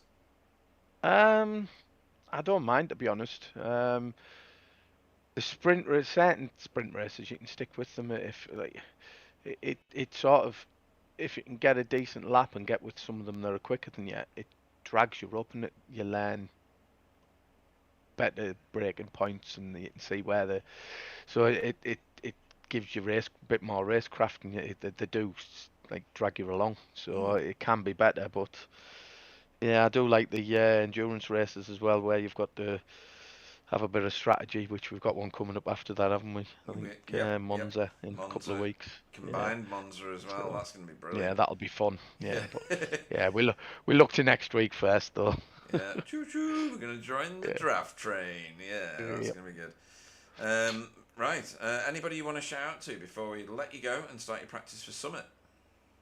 Yeah, just the usual yourselves for everything you do, and everyone for coming on and watching, all the drivers for turning up, because it was pretty chaotic tonight, but none of it was malicious. It was all street circuit. Not much you can do. Once there's an incident, that's it. You're dragged in, aren't you? So yeah. And the other one, I meant to give Jay a shout out the other day, because there was a couple of weeks where I'd had a few things going on, and he did send us a message, and I meant to mention it, but I forgot. I meant to mention it last week, but yeah, cheers Jay for that. I just lifted us a little bit.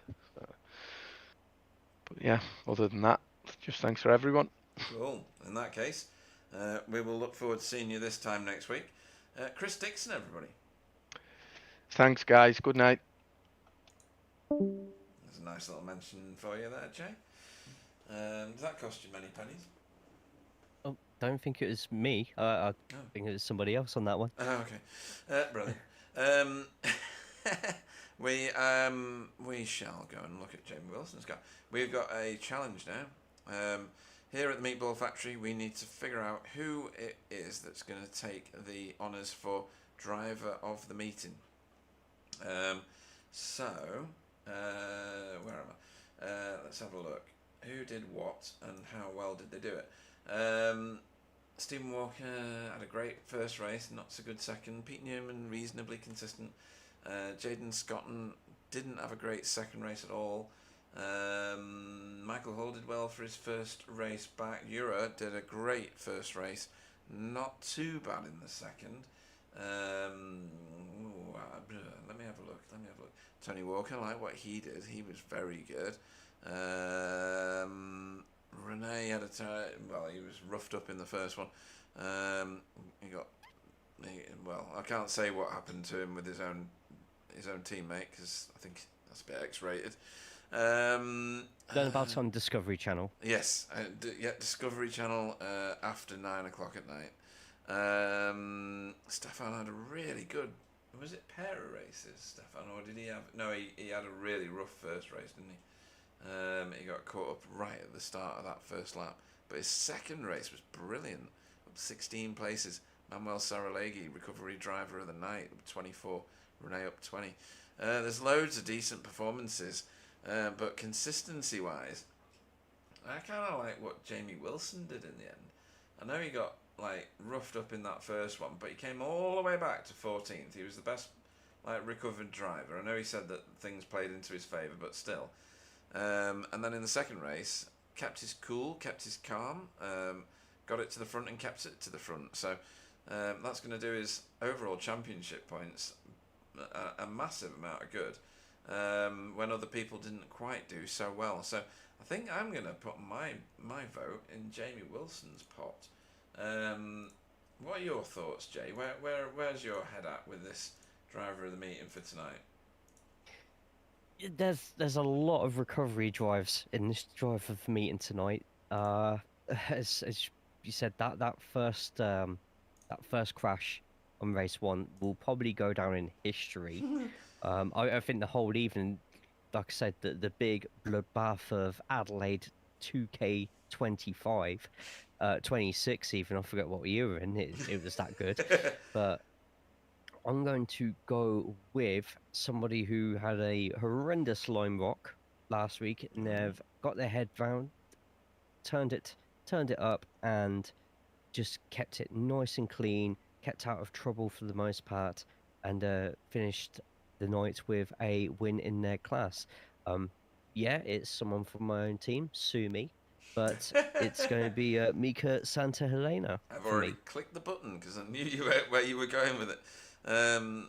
It's a very well spent vote, in my opinion. He's done really well. Bossed the rest of his class, finished ahead of some real good names and on pace. So he's done very, very well. Like it. This has been a crazy, crazy night. So many slowdowns. Just off the chart. More meatballs than I've ever seen before at one of those all-you-can-eat World Banquet things. It's going to go down in memory for a lot of reasons. Some of them good, some of them bad. I like the track. I think it's got real Long Beach kind of features to it.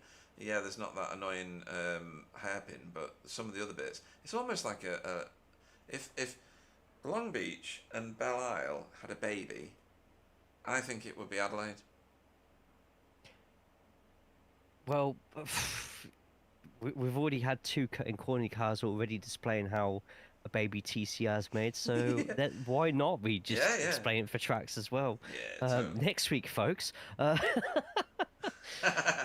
it's a fantastic circuit. I wasn't too keen on it to begin with, but when you actually get in the nitty gritty and start driving it, once you sort of control how the car goes over some of those inside apex curbs, and once you know where you can and can't go with those, it flows so well. And as we see, once people started racing, especially down that back straight, you got some absolutely fantastic dives on the inside for the following hairpin, Yeah. or even people trying to take it too wide into the fast right kink. It's a track that gives so many opportunities to have decent racing. And with the TCR, it's a pleasant surprise just how good it is. Yeah, it really is. I've been thoroughly entertained by it, and I hope you have as well at home, guys. We'll bring this broadcast to a close now, and look forward to next week at Summit Point. I don't think we're going to get quite as much drama there as we've had here, because this has been new track, new territory, lots of walls, lots of slowdowns. It's been a feast for the observer. I don't think everybody's enjoyed it as a racer, but you know, they'll come to love it, I'm sure. Stay safe, everybody. We'll see you this time next week. Thanks to all the racers, thanks to everybody watching, thanks to you, Jay, in particular, Jay the Limo, Corley. And remember all those funny work names, because that's what keeps the world alive, isn't it? Like I say, stay safe, folks. I'll hand you over to Jay for his goodbyes, and we'll see you next week. Thank you very much, Pete. And the battle finishes at Adelaide, where bloodshed, meatballs, and confusion, as well as a little sprinkle of chaos as well, roams the lands from now on. Many of the drivers won't be in a hurry to come back to this track, so maybe next week at Summit Points will be a welcome breath of fresh air. Hopefully we'll see you there as well. Don't forget to thumbs up on the broadcast, subscribe, join the Discord, and hopefully very soon we might even be able to see you on the track as well. See you all next week for the next round of the TCR Challenge Cup.